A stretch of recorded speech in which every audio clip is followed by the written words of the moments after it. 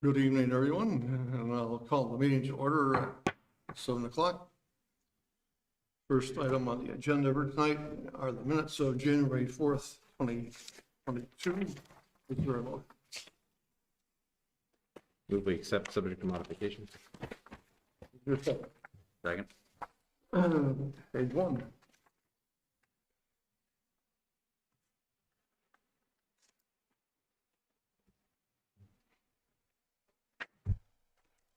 Page 2. Terry, under number 6, this is a question or comment, which is, if I remember correctly, we decided we did not have time to discuss item number 6, form-based code update, and that we deferred any discussion to a future meeting, and I just wonder if the minute should reflect that. And that's correct, yes. Okay, thanks.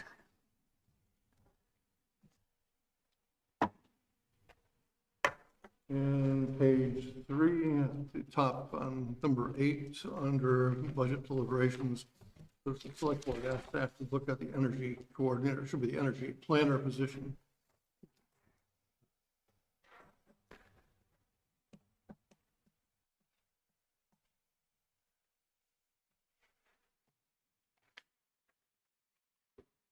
Hearing no other corrections, all those in favor of approving the minutes of January 4th, 2022 as amended, say aye. Aye. Aye. Aye. Any opposed? This is a time for public comment on any issue that you may wish to speak on. If you wish to speak, please come to the table and identify yourself. Anyone on Zoom that wishes to speak? Nope, no one on Zoom, Terry. Okay. Then we'll move on to the 2021 Equalization Study Report, and Bill Hinman is going to be joining us by Zoom. And Eric, if you can, I'd like to lead off the comments and turn it over to Bill. Actually, Terry, I got a hand raised online just as I said that for public comment. Okay. Would you like to go? Oh, there is. Like that. We'll back up.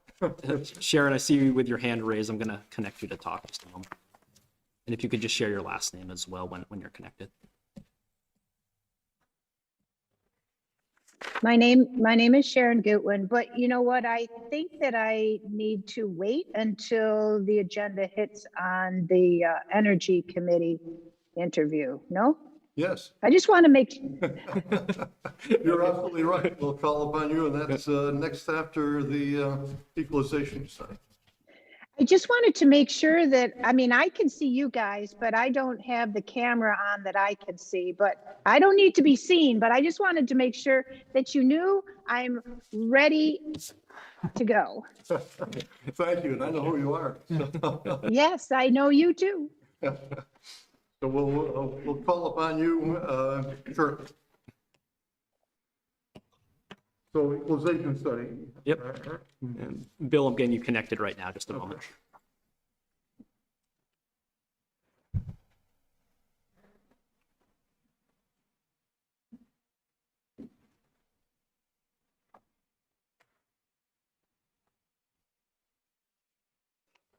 Can you all hear me now? We can. Okay, great. So anyways, every year we have the equalization study. I'm not sure how many, do we have new members this year? Yes, we're doing one. Okay, just do a quick overview of what the equalization study involves. Each year, the state looks at all the sales we have in the town of Williston, as well as the other towns in the state, and does a 3-year sales study, April 1 to April 1. And then the results of that study are given to us in late December for our review as to whether we feel the number is fair. The first part of that study measures what's called the common level of assessment. The common level assessment measures the sales versus the assessments and by percentage where they're landing.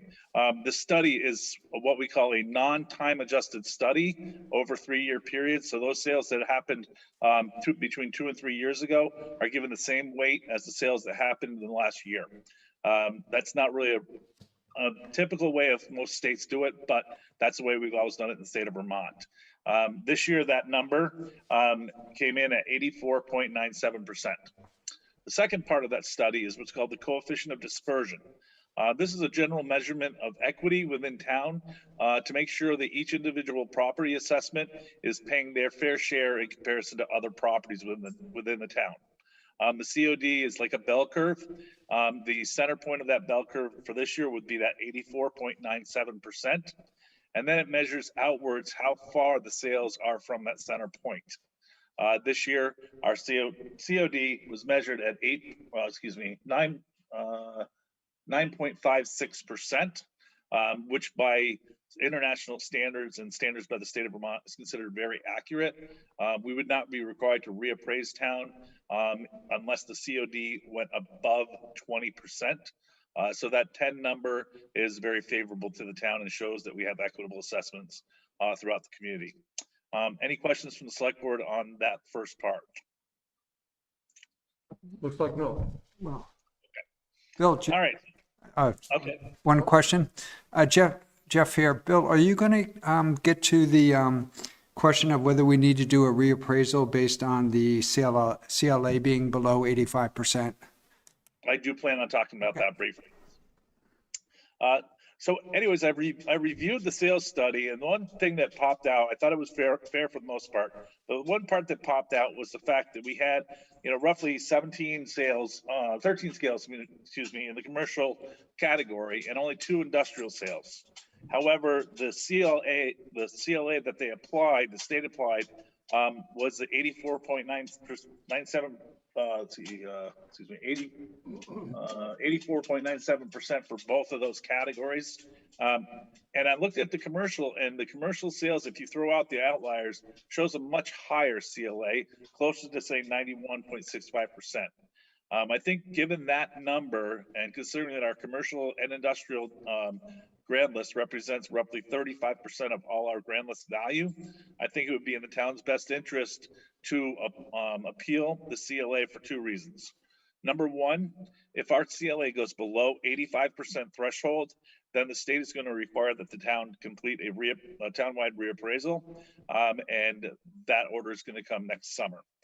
The second reason, and more important reason, I believe, is that CLA, that 84.97%, is utilized in determining our education tax rate. And so I think it would behoove the town and the select board to appeal that number to try and get that CLA somewhere up around 85.5%, which would leave some of the taxpayer pressure when the board sets its rate and the education department sets the rate for education tax rates. So I think that there's 2 specific reasons to appeal this. Even if we only get above 85%, which is a very small climb, it's only 0.03%, that at least alleviates the pressure that we may have in looking to do a reappraisal. Any questions in regards to that? Bill, just one question, and I think I know the answer, but just to find out, the lower we go below, the lower we go below 100% for the CLA, does that mean the more we have to provide in education taxes? That is correct. Okay. The tax rate itself is specifically adjusted by that common level of assessment. So to be real simple about it, if our tax rate for the town of Williston is say $1, that 84.97%, the amount of our tax rate is going to be $1.14, $1.15, somewhere in that neighborhood. So it directly impacts what their individual property owners are paying on that education tax rate. It does not necessarily, well, it actually kind of doubles up because we spend greater than the base provides for the per pupil. And so unfortunately, we're adding on to an additional amount because we spend more per pupil with our education taxes. So it still uses the same formula, but again, we're paying more in taxes due to that CLA being low than you would otherwise. Okay. Other questions? If not, there is a motion suggested. Move to authorize the chair of the select board to file a petition with the director of property valuation and review for a redetermination of the town's equalized education property value. Is there a second? Second. Any discussion on the motion? The only question I have is I would like to learn how it is they came up with that CLA. So can we include that as part of the request for a, or as part of our efforts here? So I have to ask Bill what we can ask for. We certainly can. I'm not sure how much an answer we're going to get from the state. I can dig into, there was a report when I first started in Williston back in 2000.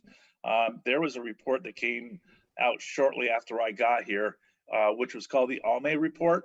And the Alme report was a statistical review, if you will, of our equalization study, making suggestions as to how the state could improve that equalization study. And it might give us some insight, or Jeff specifically, some insight into how that actual calculation is done. I had a gentleman come into my office. This is, again, we're talking 15, 16 years ago. And he actually uploaded the program for determining the equalization study as well as the education per pupil spending. And my laptop did not have enough RAM to handle the information. So it's pretty complicated from what I understand. And I think we would have to get somebody that is really invested in statistical knowledge, maybe somebody from UVM, to be able to explain how that actually occurs. It's a little bit above my pay grade, unfortunately. Yeah, what concerns me, Bill, is that when you go through your analysis, you end up with numbers that are very different than the state's numbers. And so there's a real core kind of misunderstanding here, and that's the part I find concerning.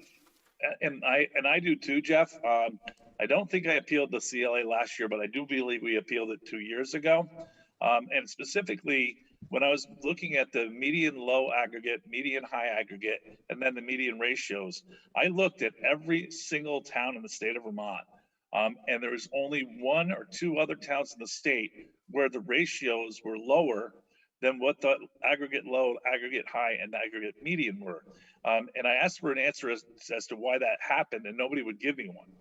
And so again, I specifically in my letter, and I think we could probably pull it out, said, why is all these towns have these higher numbers for CLA, and only Williston and maybe one other town in the state has a number that doesn't really make sense with the reporting information on that equalization study.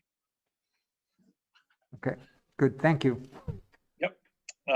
So any other questions on that? Any further discussion on the motion? If not, all those in favor of the motion say aye. Aye. Any opposed? So thank you, Bill. We appreciate all the hard work. Okay, Jeff had asked me in regards to reappraisal activity. I'm sorry, say. Hello?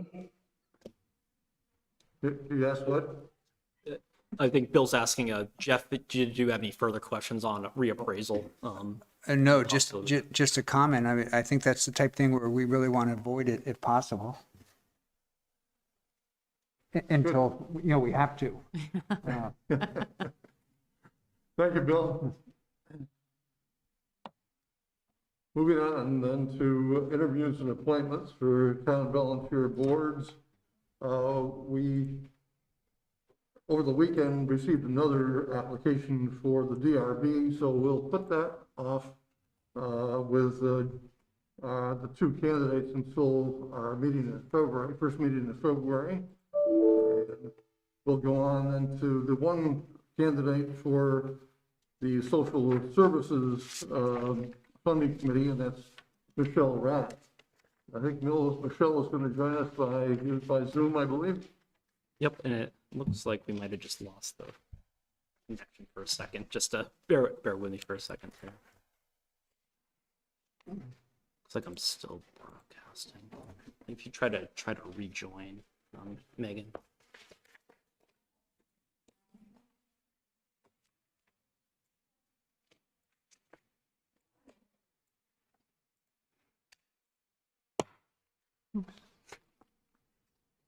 Gonna reconnect the Zoom folks. Eric, maybe in the lull, is this a committee that has a standing number of people on it, or? Yeah, this is a 7-person committee, and this committee meets infrequently.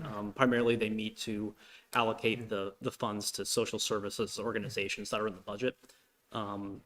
Due to their infrequency that they meet, the appointments don't have terms with them attached. They're appointed and for as long as they'd like to serve. So there's 2 openings in this group. I believe there's Okay. 7 in total. There's 5 people who are active right now. So Michelle's put her name forward as someone to be considered to here. Oh, there you are.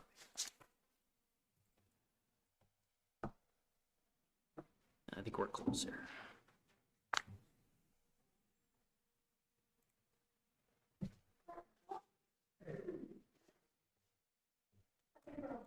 Okay. I think you'll just have to hit the camera back on.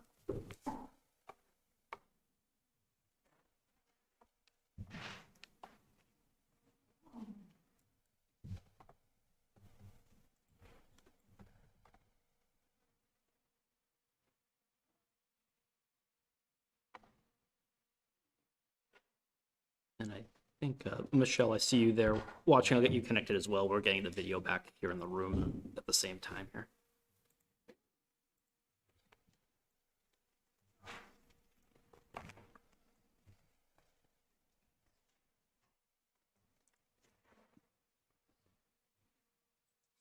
Can you hear me, Michelle?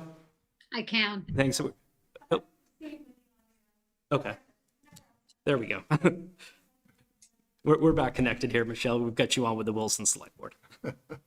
Welcome, Michelle. We have your application before us, but if you would briefly give us a little about your background and why you wish to be on this particular committee. So currently I'm working as a school counselor at Middlebury Union High School. I've worked in schools since 1999, which is the same year we moved to Williston. And prior to that, I had worked in human services and have I think a fairly good understanding of human services, community needs. And when I saw the opening on the committee, I thought this might be a perfect match to be able to use some of my experience and be able to contribute to the community. Good, thank you. And questions from the board?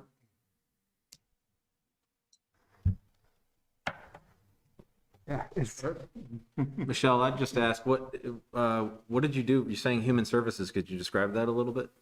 Sure. So my doctorate was actually in rehab counseling. And when I first came to Vermont, I worked for something called the Vermont Council on Community Mental Health, based in Montpelier. And my role was to work with the 13 developmental disability providers throughout the state. And we were housed in Montpelier because I spent a lot of time in the legislature, actually lobbying and advocating on behalf of human services, specifically around funding. And after that, I worked for the state of Vermont in the Agency of Disabilities as a Robert Wood Johnson project director, again, working with and advocating for people with special needs. And then I sort of did a full circle back to school counseling, which was what my master's was in. So that's sort of my background in a nutshell. Thank you. Jeff? I'm not sure how to ask this question, so excuse my fumbling here. My question is along the lines of, what do you see the town's role? The concept is, I think this committee helps advise the town about those organizations that ought to receive, either through the budget process or through, I think, a special pot of money, small pot of money, that the committee may have charge over. So I guess my question is, what do you see your role as being, or that's not really what I meant to say. What do you envision is the best role for Williston to play when it's considering these outside organizations and whether to recommend they be funded through the budget process or through this small but special fund that the committee has, I guess, oversight over? Yeah. So I can say, having worked in human services and education for many years, there are never enough dollars. And when I heard that the town had actually set aside this pot of money to fund special projects, I thought, what a great way to perhaps fill some of those gaps in the needs of the community. I don't know the specifics. I had a conversation with Aaron earlier today about what the past fundings of projects have been, but without knowing specifics, I think it would be trying to take a look at what are the needs, how could the funds best be used, and then trying to allocate those as best as possible to be able to meet as many needs as possible within the community. Okay, good, thank you. Other questions? If not, then there is a motion suggested.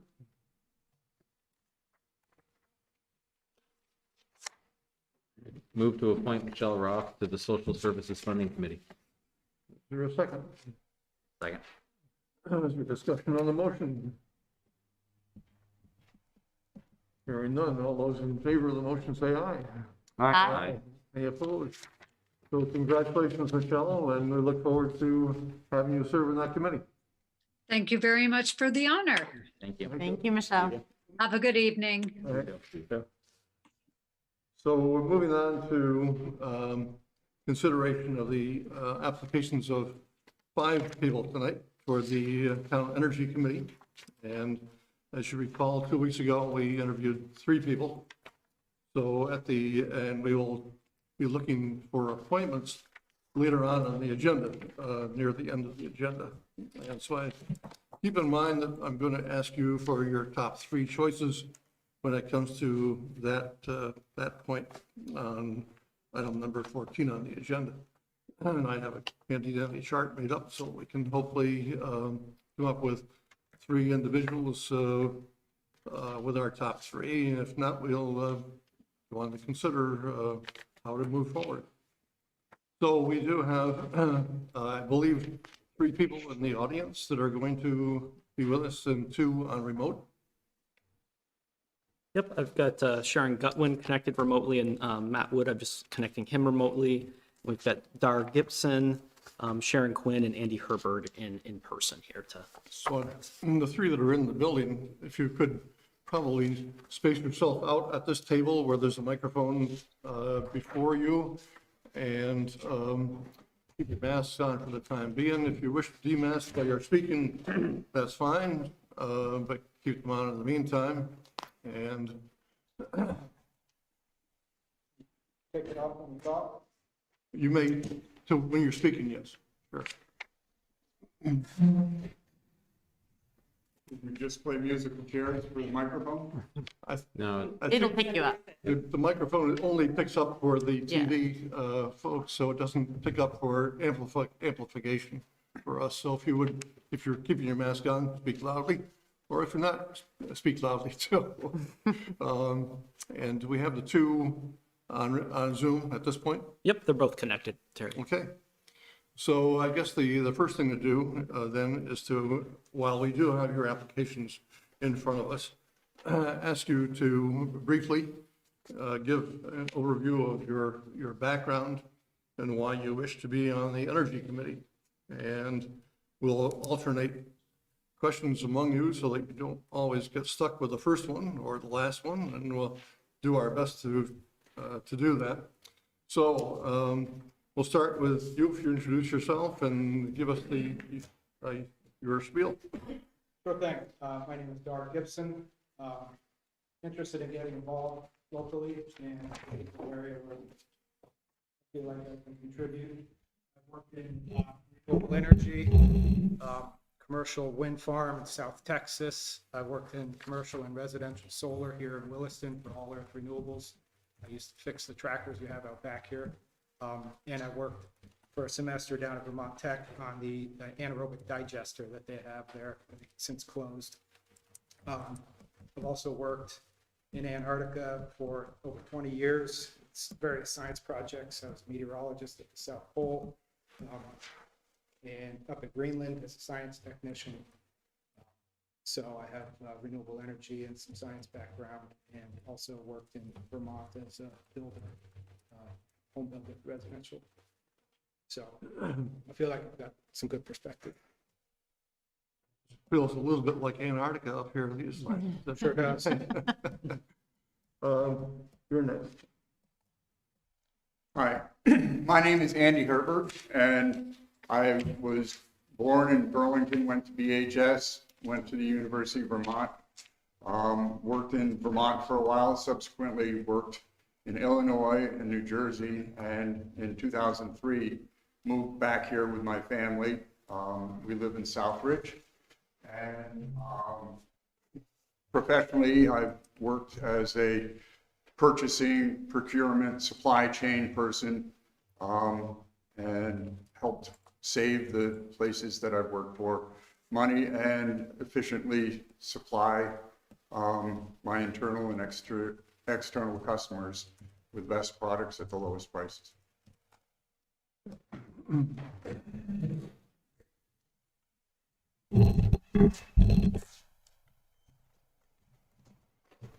Good evening. I'm Sharon Ray Quinn, born in Montpelier, lived here all my life.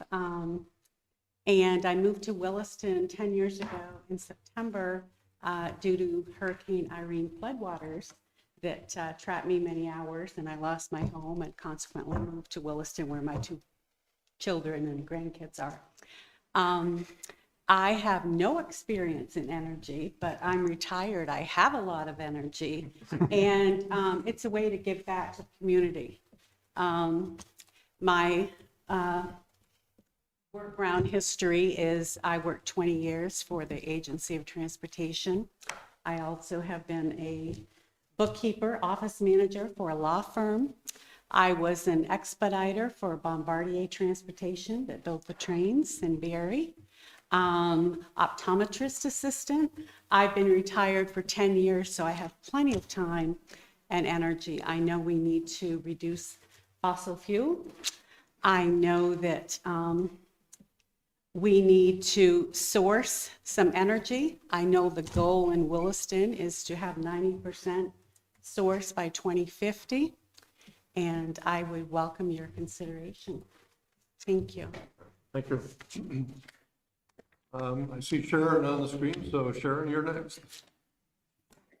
Hi, I know Terry, Ken, and Jeff, and I have yet to meet Gordon and Greta. I think it's great that you've had so much interest in volunteer positions. I'm a Williston resident since 1986 and a business resident in Williston since 2003. My passion really is in community sustainability, environment, and had from the get-go on my first house installed solar PV panels and a hot water panel, and at the house I'm living at now, it's a multi-generational house with my daughter and her family. We have as many panels as we could put on. We have geothermal, and we have a Tesla wall. And then the owner of Kismet Place in Blair Park, I have a little power plant going on the roof. You can't see it, but it is 50 kilowatts of power that helps to, reduce the carbon footprint. So I've always been a firm believer that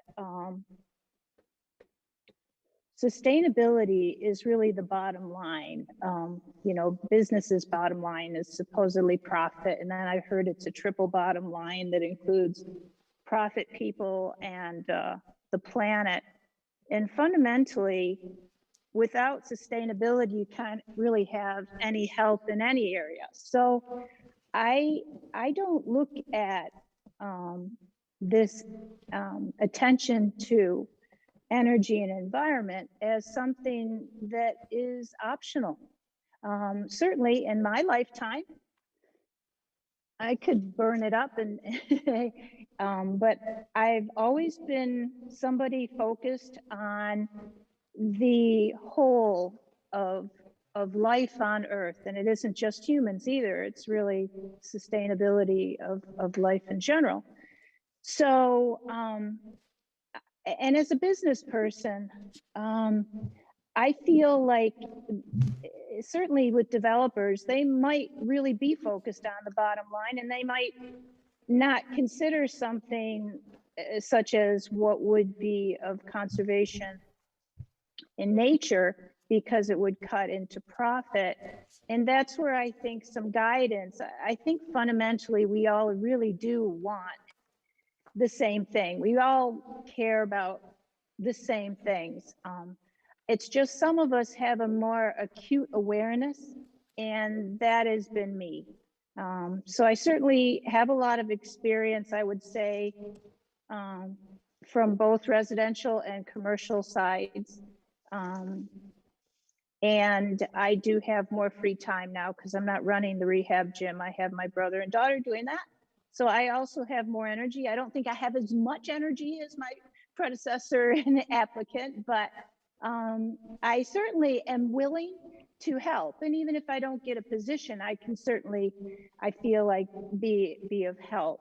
So I definitely am all in support of whoever is most appropriate for these positions getting into position, and they will have my support whether I be on that board or not. Thank you. And Matthew Wood. Yes, good evening, everyone. My name is Matt Wood. I currently work for the State Vermont Agency of Agriculture, where I do primarily pesticide inspections, but also I work in the fields of feed and fertilizer, worker protection, enforcing the federal work. I think you're frozen up.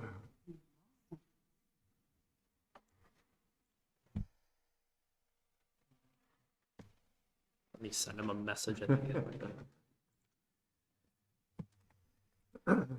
On I can see he's still actively talking on the Oh. Zoom I have on my computer, so. Oh. Yeah, it looks like it crashed again.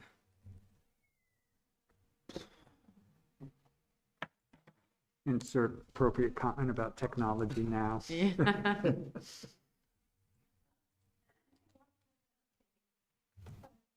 I think one of his priorities is going to be connectivity in the township.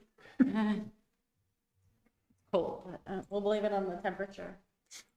That's why I love in-person meetings. I don't think I see he's still chatting. Yeah, I guess he didn't see the. I just sent him a message in the chat here.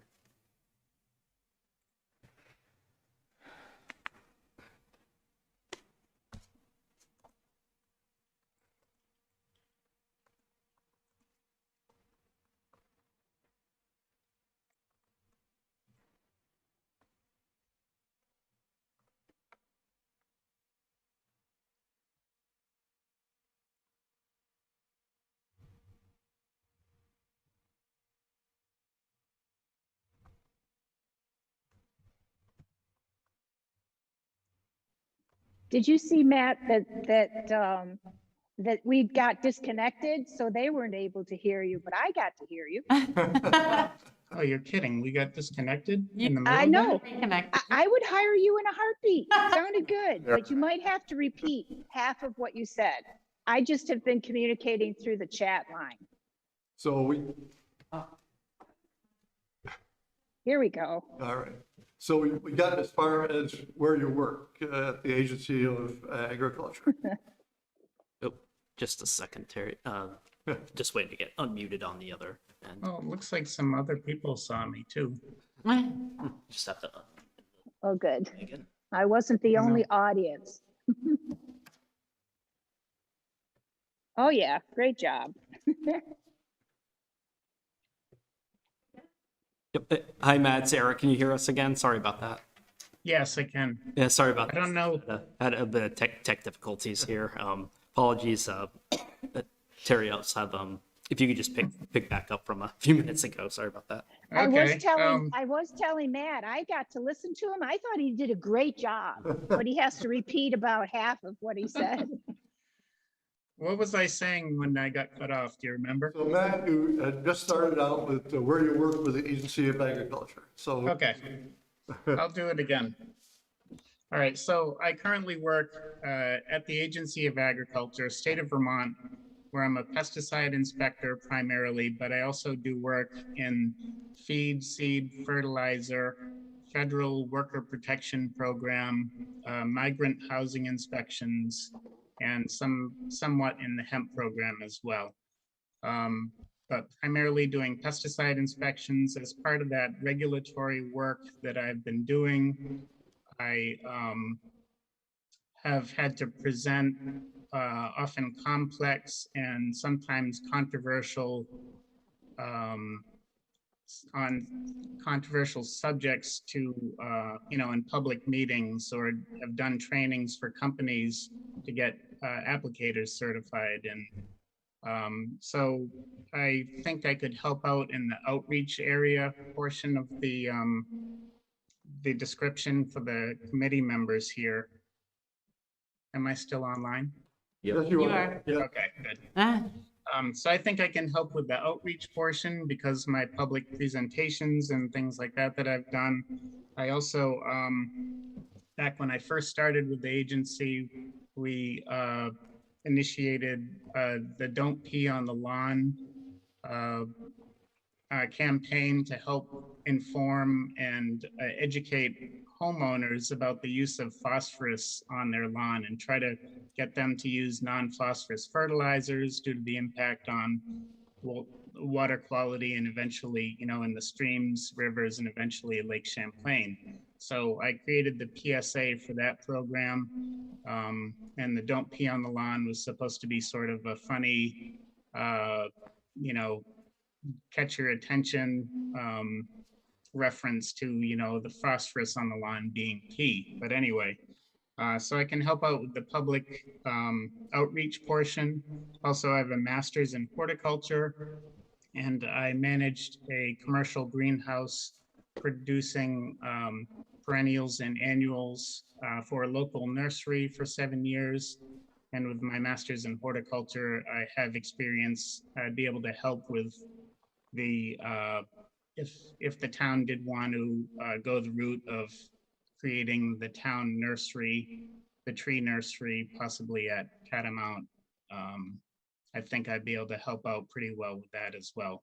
So I'm just very passionate about the environment. I want to help out where I can. I think this is a critical time right now where I feel like we're at an inflection point where things are starting to change, but we really have to push hard to get the societal changes that are needed so that we can, meet the goals of the various, the things that the scientists are telling us need to be done. I think it's very important, and I want to help the town achieve the goals and help the energy coordinator do the best job that they can for the town. Thank you. Good, thank you. Questions from the board now for the candidates? I'll start. Just so you know, this is the same question I asked the other three candidates that we interviewed last week. And then at the end, if it's okay with folks, I have one question I'd like to ask Sharon. I'm sorry, Sharon Ray, not Sharon Gutwin. My question has to do with the town energy plan, and if you've had a chance to read it, and then, sort of expand on your thoughts about it, kind of what you saw in it that you liked, that you think maybe is appropriate, what you didn't like, what you might want to change. And I don't know how to... So let's go back in reverse order and start with Matt first, Okay. and then go to Sharon. Good one. Okay, yeah, thanks for that question. I have read the energy plan. It was a lot for me to absorb all in one sitting, but I feel like it was very well done in respect that it had a lot of very specific detail for us to follow, you know, if I do get on the Energy Committee. I haven't had a chance to look into all the references and see where the information came from. And I'm just, because it seemed like some of the numbers were very specific, and I'm glad to see that that information is out there. But I just,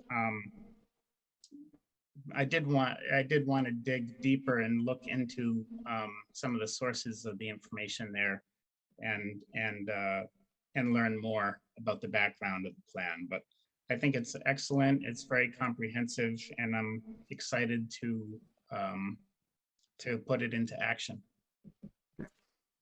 Sharon Goodwin is next. I like Matt. I thought it was an excellent plan and well-written, and went into a lot of details. I would say that what impressed me and where I feel like I could be the most help is sort of like with my business. As a physical therapist, we're trained in fixing people. And yet, even in college, I felt the need to go into prevention, right? So, yeah, you can really focus on trying to make a building more energy efficient, for instance. But you wouldn't have to work as much on energy efficiency in a building if you used vegetation.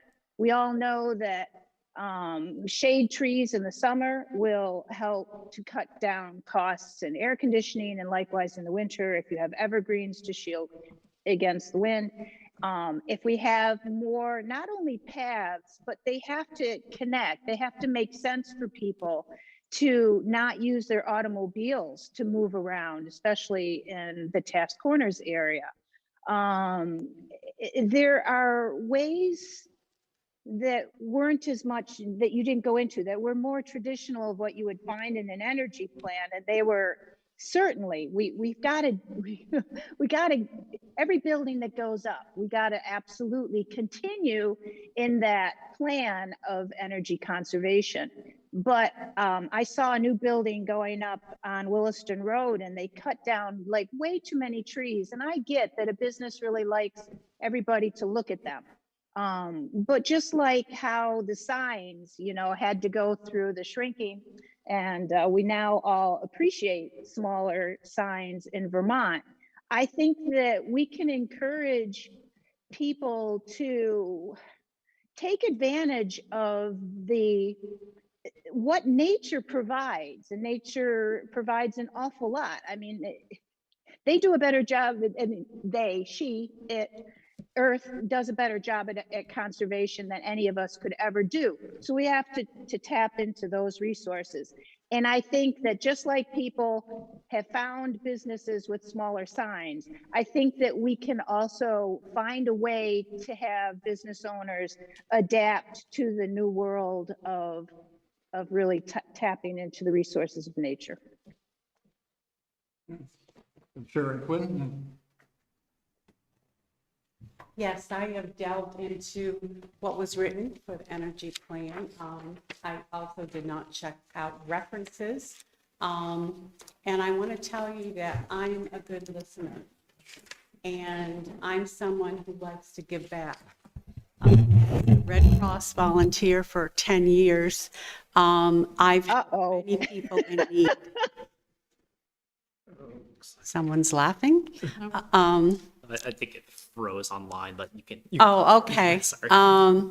And so I would offer input to the best of my ability. I would offer clarity. And though I don't have a background like some of these other wonderful candidates do, I would very much like to be on this committee. I've also applied for the Justice Board, and any way I can help out my town, my Vermont that I love, I would gladly do so. Thank you. Andy Herbert. Yeah, can you repeat your question, please? Oh, sure. Thank you. I don't know if I can repeat it verbatim, but the concept Uh-oh.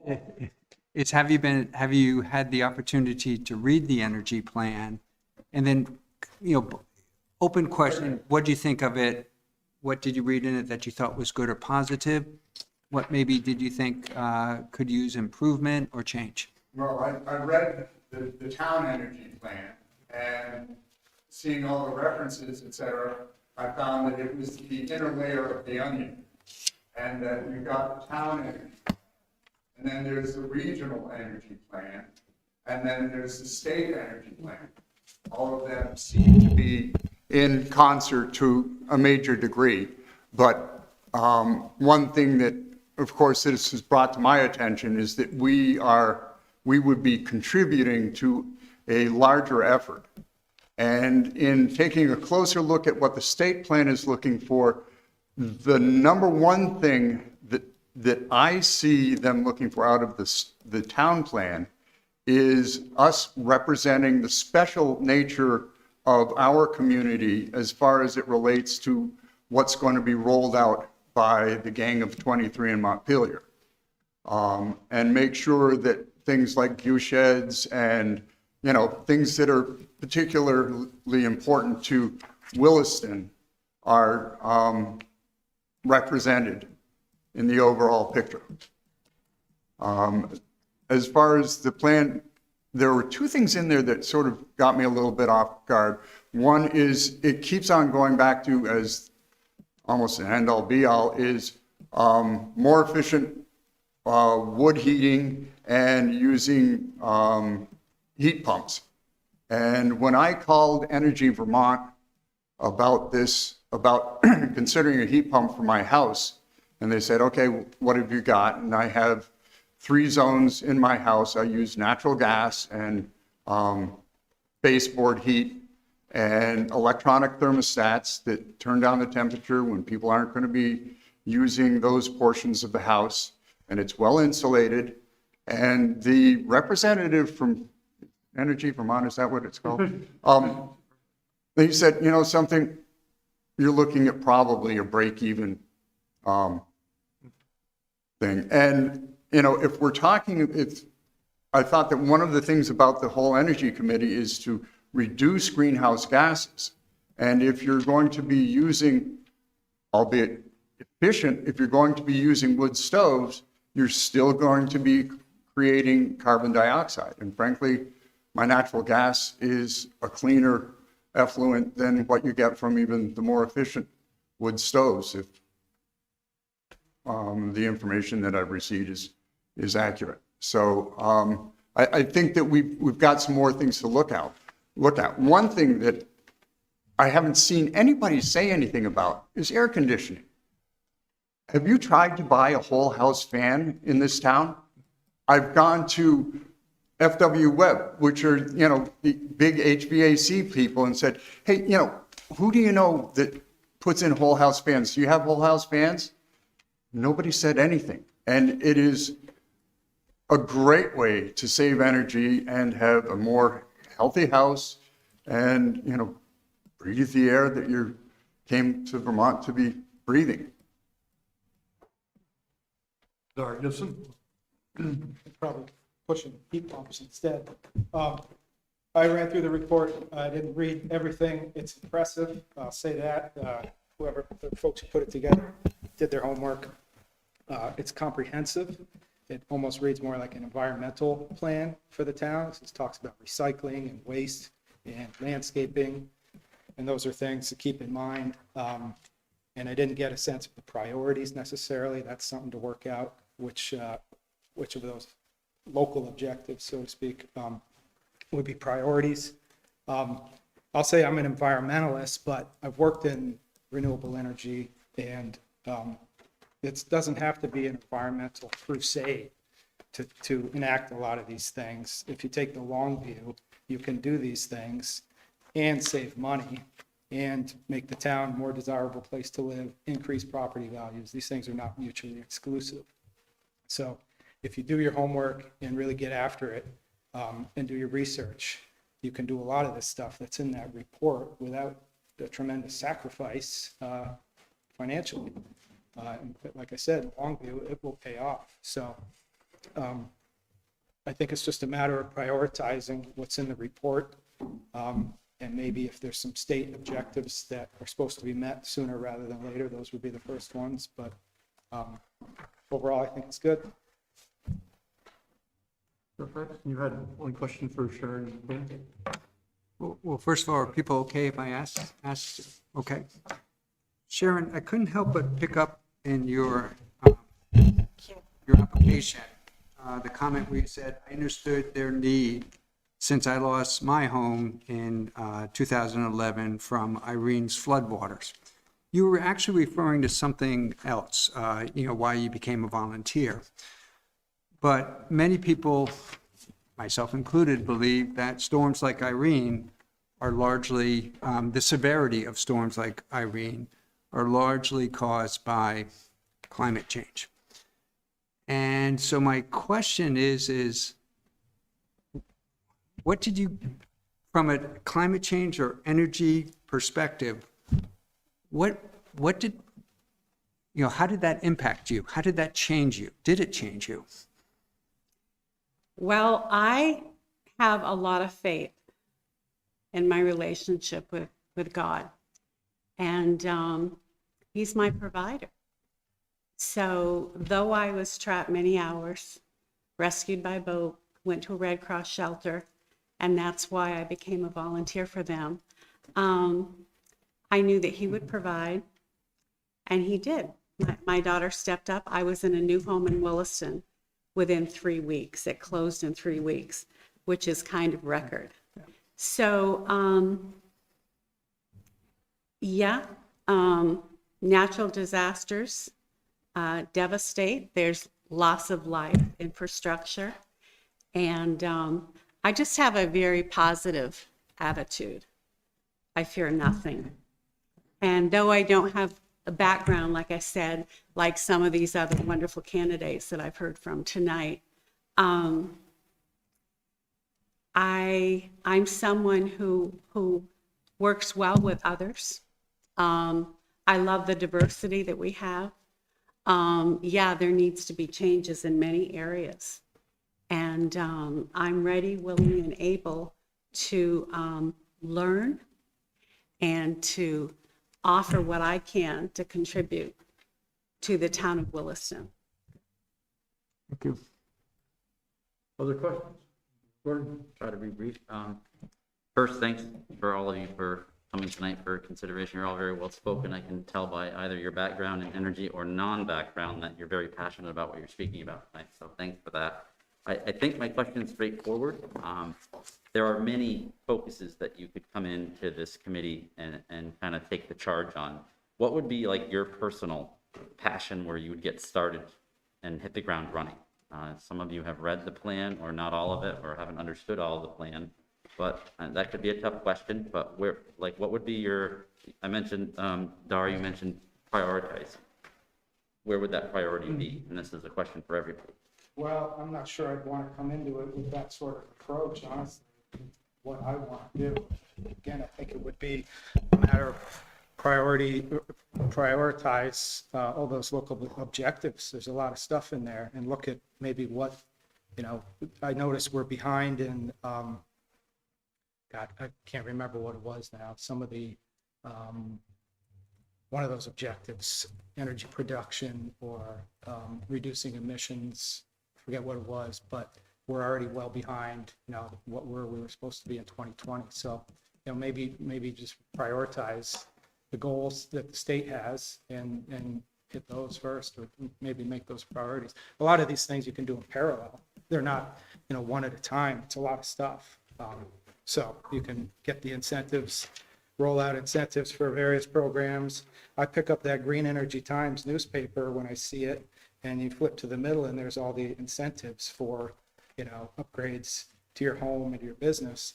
I don't see that information anywhere else. That's what I tell people. Get the Green Energy Times. You can get the rebate on your new washer, that sort of thing. So you could just do some really easy messaging with that sort of thing, weatherization, but also, really try to address the bigger items in there. Why don't we go to Sharon Quinn next?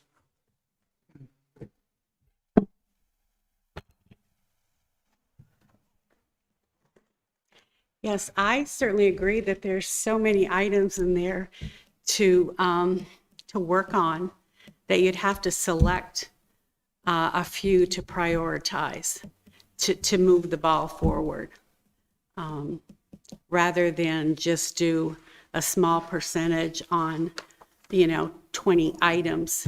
It's best to determine what can we do now? What is most vital that the town of Williston needs to do, and go forward in that method. Sharon Goodwin? I mean, I think to get the committee together for the first time and just sort of go over all of this is what, instead of going in with a preconceived notion of what I would expect to be of that priority level. I mean, obviously there's basic, understandings that it's good to always go for the low hanging fruit first and get that set and then move into the deeper, more involved areas of a plan. But I would imagine that getting together with passionate people on the topic and hashing out kind of the perspectives of each person, what they bring to it, then you could come out with that priority list. And I do agree, to work in concert with the state, with the nation, but certainly with the state of Vermont, to be really connected to the other communities, especially the neighboring communities. It'd be nice to have some meetings together where we're sort of talking about, what we're doing so that we minimize the development of the wheel, and in each town, let's do it together sort of thing. So it's more of the structure of starting the plan that I would be focused on, less about exactly what in the plan, because I think that would be something that would become apparent very quickly in the meetings. So Matt? Yes, I think something I think we could focus on would be a combination of the electrical energy generation and agriculture.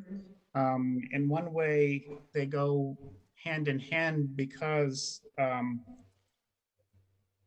agriculture can be used to generate electricity, through digesters and space on farms for solar installations. But also agricultural land can serve as a very large sink for atmospheric carbon if the land is managed properly. I think a lot of conventional agriculture strips the organic components out of the soil with the use of the synthetic fertilizers and pesticides. And I think we can make great strides in improving both the soil and increasing the amount of carbon that's captured in that soil if we have good agricultural practices employed. So between the agriculture and the renewable energy generation, I think those are areas that I would like to focus on. Andy? Okay, if we're talking about, was the question of what do you want to get out of the first meeting of the group type of thing, or what am I coming in here thinking about doing? Latter, yeah.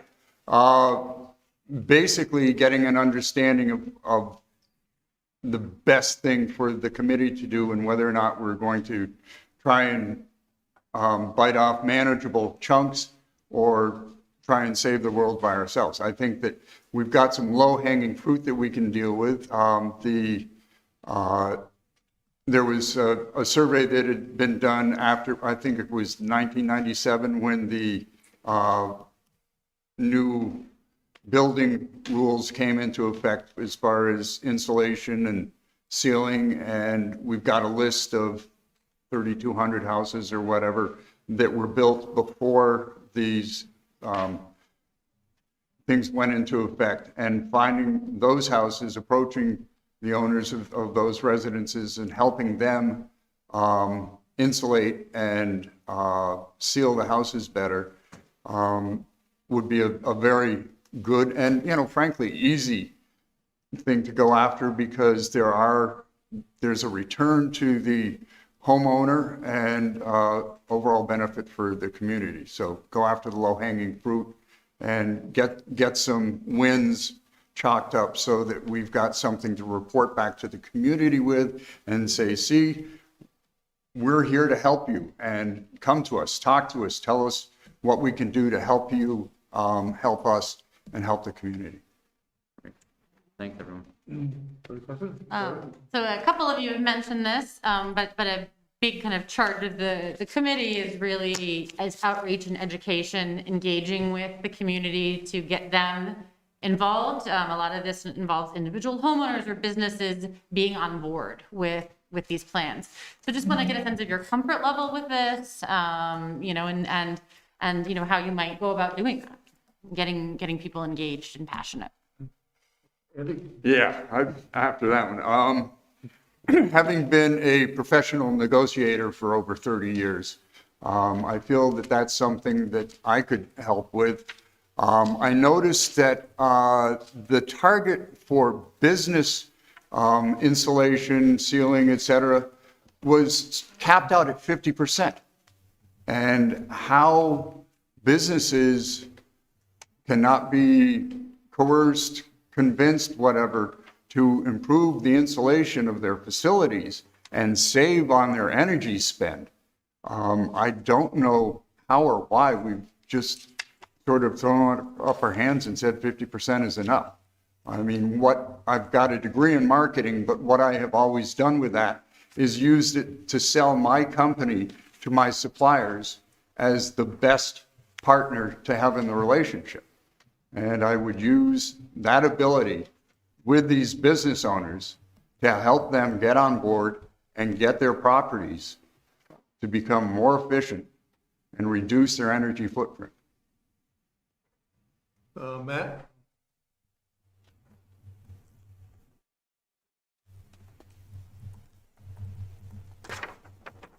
Sorry, had to unmute. Could you repeat the question, please?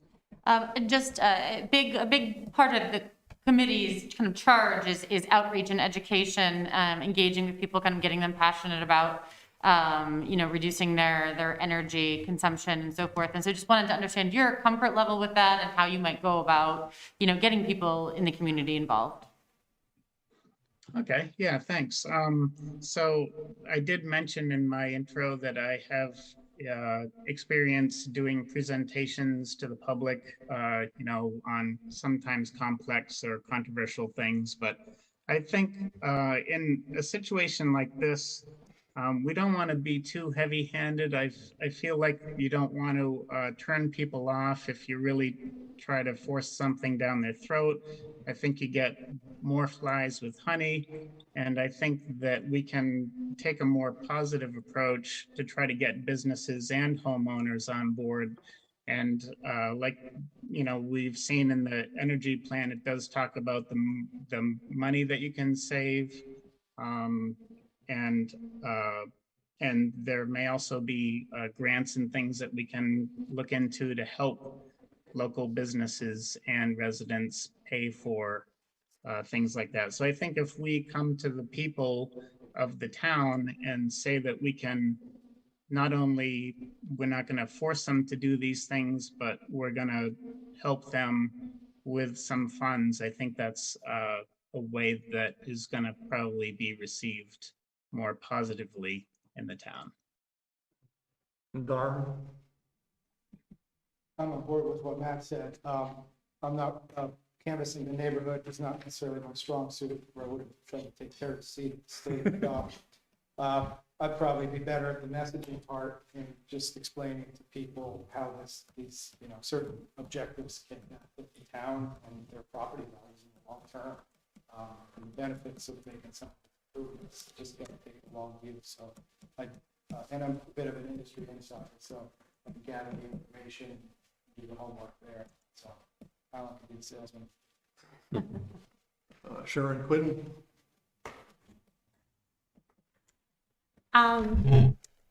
I like speaking to people. It's in my comfort zone. I'm currently the American Red Cross Community Volunteer Leader in Williston. I've spoken on TV. I've been at rallies and spoken in New York City and Philadelphia. And I have compassion and empathy for people.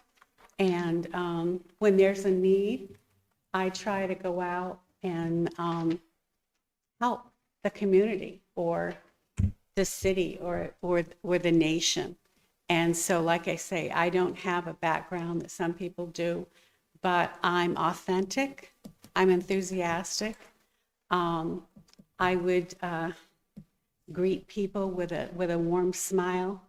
You know, some people never even receive a smile, or it's been ages. And so we're to reach out to strangers, not just people we know. And I feel I'd be an asset. So thank you. Sharon Goodman? I think it's fortunate there's a lot of momentum right now, actually globally, on this very topic. So I would sort of tie into the energy that's already swirling around. I think a great avenue would be through the schools. The kids are passionate about this topic at all of the grades. And I think they can go and proselytize their families and grandparents included at getting on board. But to keep it light, fun, sort of maybe even a little bit competitive if there's a way to do that, because we know that that works in motivating people. Maybe a little bit of, you know, if you get like with another town, maybe there's a way that we could tap into, you know, making the attention greater by emphasizing what our neighbors are doing or whatever. But I think the whole point is there's already light on this topic. It's a matter of putting it a little bit more on fire in using different a wealth like social media platforms. We could do things at different events within the town, like the 4th of July. And it's not just put a table out, sort of say, this is what we do, but have there be some excitement around it. And there's agencies that could be also involved at helping to raise the level of attention to this topic. Like, what's that biking? There's a bikers group. I can't remember it. But anyways, I think that the committee is less about doing all of the grunt work, but finding people to sort of carry the torch in many different directions. But the school for sure is one area that I would focus on. And it's like their future. So, you know, have a project where you put out to the students a PR campaign, you know, put together a poster and then get the newspaper to do something. But having townwide meetings, I think we're fortunate that Williston does have a good amount of involvement in these meetings. Having that where people can maybe break out in groups. And so you just basically involve more people to get on the bandwagon of this effort. That's what I do. Any final questions? And I just had we were having an issue with the chat. So everyone watching at home that's seeing that hate speech, I'm deeply sorry. We're trying to address it right now. So. I'm sorry, I didn't hear. There's some really inappropriate chat happening. Oh. Somebody has infiltrated the, yeah. Can you turn the chat off? Yeah, I'm trying to do that. I think. Just won't go there.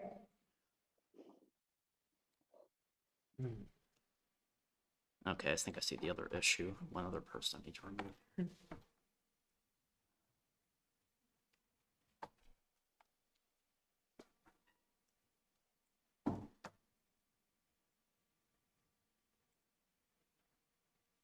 I also forgot to mention that I did spend some time on the planning commission. That sounds bad, like I spent time in jail or something, but no. I mean, I have experience being on a committee in a volunteer position. I spent time on the planning commission. Oh, Well, this committee reports to the planning commission, so that's a good thing. I have one question if I can ask. Sure. Do you anticipate the day and the time that the energy committee would meet?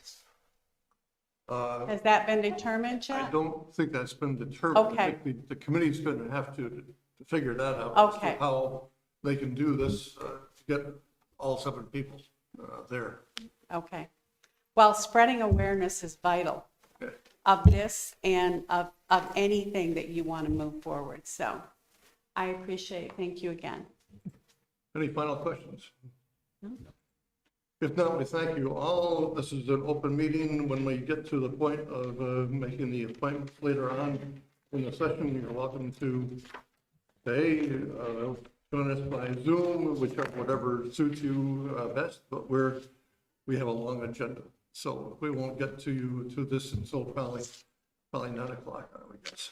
I'm staying for the mask mandate, so interested in that. So thank you all for coming tonight, and we'll. Would you be looking for any further input, answers to any questions at that time, or? No. So, At that point, we'll be down to the bitter end, and hopefully we'll have 3 appointees tonight, I believe.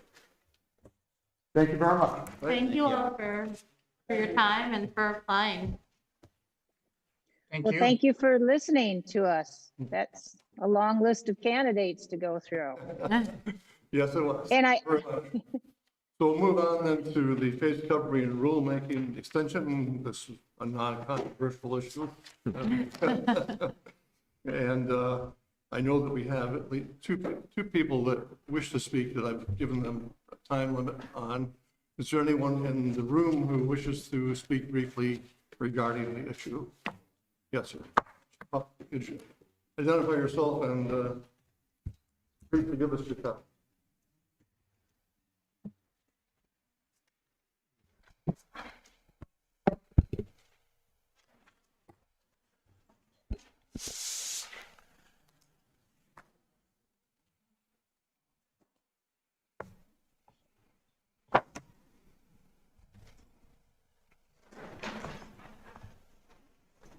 My name's Mitch Kimbrell. I'm pastor of Christ Memorial Church in Williston, and I spoke with you guys the last time that you took up this question. I'm thankful for the opportunity to talk with you again, and thank you for your service to our town. I'm coming by simply to ask that as you consider renewal of the indoor mask mandate, if you decide to renew the indoor mask mandate, that you would please keep the house of worship exemption that was part of the initial mask mandate that you passed in December.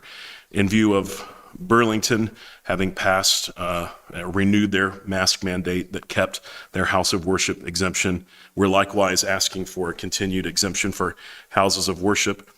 In our church, we've seen an increase in face masks since the last time I spoke with you guys, which we've always welcomed and never discouraged, though we're grateful for the opportunity for those who, for whatever reason, prefer not to wear face masks during worship to have that chance. When we've had activities that are off of the church grounds, we have followed the indoor mask mandate. We haven't wanted to find loopholes. We regard the mandate as applying to our house of worship and not to just any activity anywhere that we have. Our church has, not just recently, but during the height of the pandemic in 2020, purchased 2 air purifiers. Our associate pastor for logistics could give you all the impressive statistics about these air purifiers. I wish I could, but they were purchased and were quite expensive each for the purpose of purifying the air. We've also recently increased the quality of the air filters in our indoor climate control system in an effort to provide some mitigating factors to COVID spread in our church. Though we have a main auditorium that could accommodate the whole of our congregation at one service, we've remained at 2 services to kind of facilitate an unofficial sort of social distancing, which our people seem to have followed and appreciated. And we plan to continue having 2 services when we could have 1 numbers wise, while we seem to be in the height of a COVID case spike. And then lastly, as I said back in December, our church aims to be helpful. We want the town of Williston to be glad that we're here. And so we don't intend to be maverick, but I do come asking that as you guys take up this question again, that you would please keep the exemption for houses of worship in place. Thank you. Thank you. I meant to ask Eric to give a brief introduction as to what we're about to do tonight. Yep.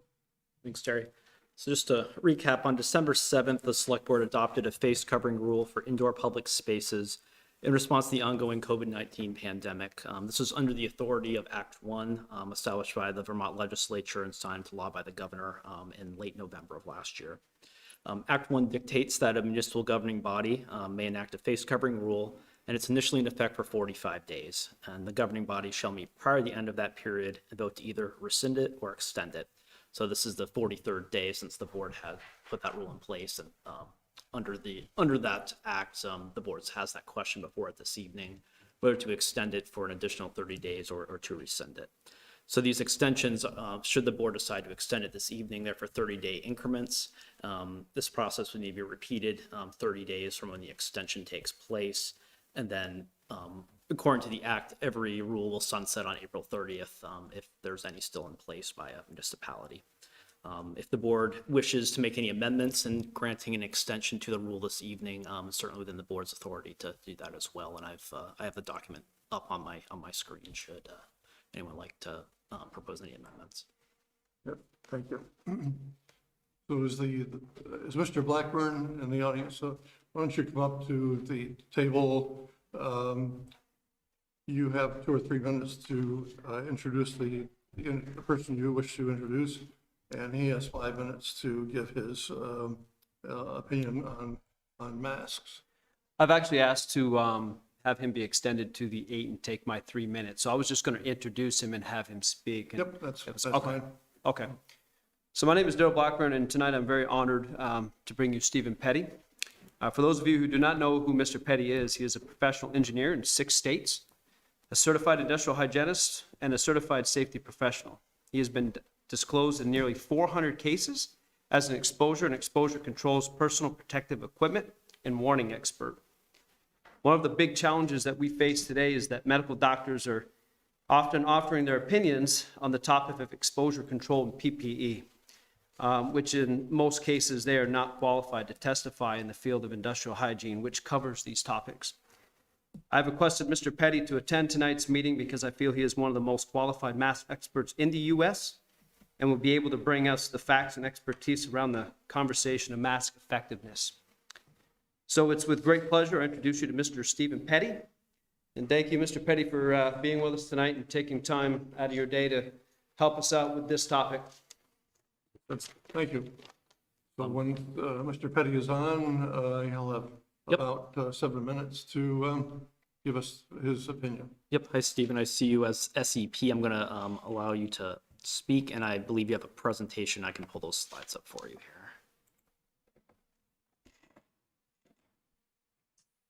Hello? Hi, Stephen. Are you there? Yes, hello? Yes, can you hear me? Yes, we can. Welcome to Williston.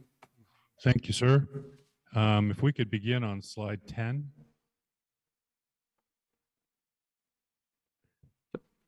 All righty, well, you get that up.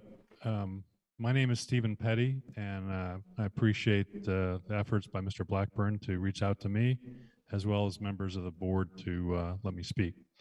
Let me say that my professional background, I've been in over 400 cases on exposure control, and PPE. I testified in the state of Kentucky, and then as a result of my testimony, the mask mandate was overturned statewide.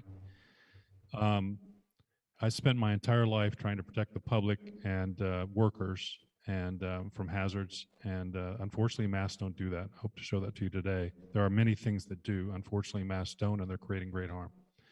This slide I'm going to talk about, and my credentials are before these slides. This slide is the macro view of what's going on. I show the cases in Vermont as of very recently, and you'll see that they're lumpy in the winter. And if masks are doing a great job, you would not expect to see curves like this. You would expect curves to decrease with time. What those curves really show is the way people get exposed and get sick is when they spend more time indoors. So you see peaks in the winter months. If we could move to the next one. Number 11, please. All righty. This is another slide that shows similar situation, 3 counties in the LA basin, and lo and behold, they put mask mandates on, and boy, didn't those cases drop. Not. They exploded.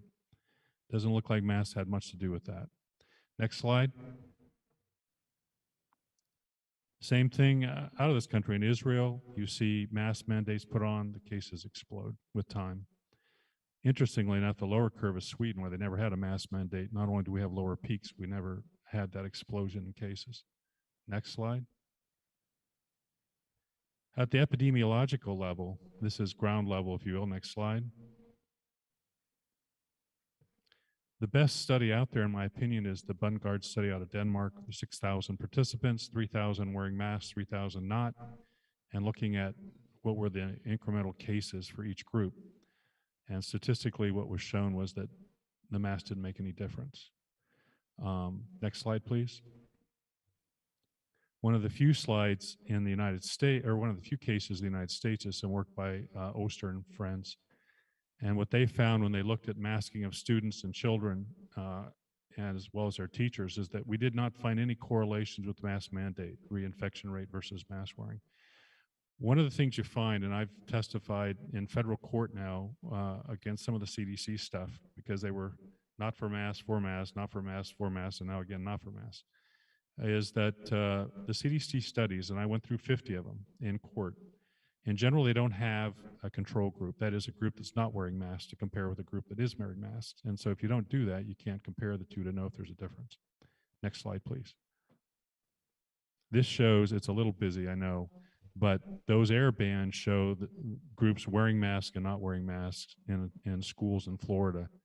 And basically, there's no difference. Next slide. At the micro level, go ahead, next. Everybody's probably seen dust through a window in the summer, and those particles are about 50 microns or larger by point of reference, about 500 times larger than a COVID particle. Next slide.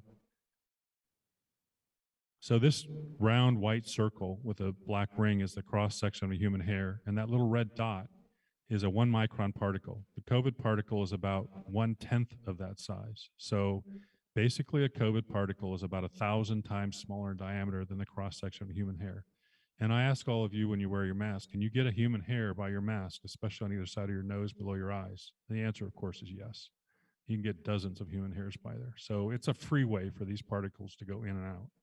You hear this term source control, but that's ridiculous. They don't care which way they're going.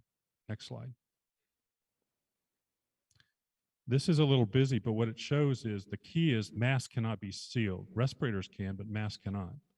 And what this slide shows is, and it's work by Drunick, that no matter what the efficiency of the mask is, if you have 2% gap area around the mask, the efficiency goes to 25%. And if you extend that to 3% gap area, the efficiency of any mask, no matter what its effectiveness is 0. Next slide. Just some points of references. Basically, a standard sheet of paper is 100 microns, or about 1,000 times bigger than a COVID particle. Next slide. Now I want to go, next slide. I've been saying this for 2 years and testified in I don't know how many cases. On January 2nd of 2022, Scott Gottlieb, former FDA chief, on Face the Nation spilled the beans. Basically said a cloth mask is not going to protect you from the virus, and he's absolutely right. And on January 14th, last Thursday or Friday, even the CDC admitted cloth masks really don't work. Next slide. And if everybody thinks that we should go to N95s, that brings a host of problems. First of all, you're going to have to be under the respiratory protection standard under OSHA 29 CFR 1910.134. This is an actual label off of a 3M N95 mask. It says it cannot eliminate the risk of contracting infection, illness, and disease, and that's true. It is better than a mask, but it will not stop disease. Next. These are all the differences in terms of when you have to go to an OSHA respiratory protection standard, and this is what I spend my life in, it's almost 40 years. There are very specific requirements to wearing a respirator versus wearing a mask. And these are the differences are listed here. Next slide. So here's the bottom line. Real science-based solutions are based on what we call in industrial hygiene a hierarchy of controls. I'll show that in a second. And that consists of engineering controls such as dilution and destruction of the virus. They're used in real schools by this author since August of 2020. I've actually put them in high schools, no mask worn, minimal effects in terms of disease. And it avoids in the second half, I'm not going to go through all this material, but I presented material even coming out in January of 2022 from England. There are tremendous effects to children on wearing masks, decreased learning, physical and emotional effects. And these are all only coming to light, but there's 2 studies that I attached to this presentation. You look at it at your own leisure. Next. In industrial hygiene, this is how we take care of exposure to hazards. The most effective ones are on the top, the least effective on the bottom. It turns out for COVID, substitution elimination doesn't apply, but engineering controls of dilution and destruction are the best ways to control exposure to COVID. PPE respirators are the worst because we know from decades of experience that people won't wear it properly, it's uncomfortable, et cetera. They'll break the seals. And by the way, masks aren't even in this hierarchy. They basically can't be sealed. I can show you the papers that prove that absolutely. Go ahead, next. So I'm going to stop here, and if you have any questions, I go through a series of slides on the engineering controls that work. One more slide, if you could pop ahead. We can increase dampers, increase fresh air. Next, I want one more, please. And I've gone through each of the technologies that work in both of my offices and both my homes, and I've recommended this to hundreds of people. The school that I worked with in August of 2020, we put in these new Calgon eye waves. They're about $400, $800 installed. They'll cover 6 tons or 6,000 square feet.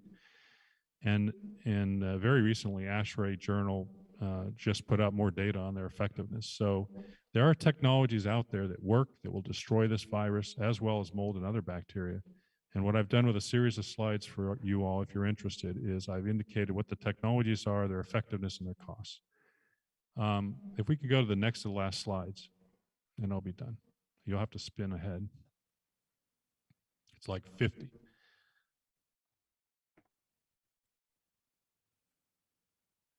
Couple more, please. Go one more. 2 more up, please. One more. One more, I'm sorry. All righty, this is a study that came out last week from England, the Department of Education. And they basically showed that with respect to absenteeism, masks don't work. But go down to the next one, next slide. The next 4 slides, and I won't waste too much of your time. They went through an extensive review as well as all the harms being done to children by wearing masks. And I've got this paper and the one before, but they're there for your review. I could talk for an hour just on the harms done to people with masks, but there are much better solutions out there. Unfortunately, masks have taken the air out of the room, and believe me, I've spent my entire life protecting people. I'm the lead exposure control expert on all these Monsanto Roundup cases, so I've been deposed in 40 of those. If I thought for a second masks would do some good, I'd be right there. Unfortunately, they don't. They do more harm than good, and there are much better solutions for us out there. And finally, we're seeing even the public's beginning to hear from political leaders that obviously they don't work. I appreciate the time to speak with you. I don't know if you have any questions. I'm more than willing to stay here in my office and answer those, but if you have other things you need to do, I understand. Thank you for the opportunity to speak. Thank you. Are there any questions from the board that you'd like to ask?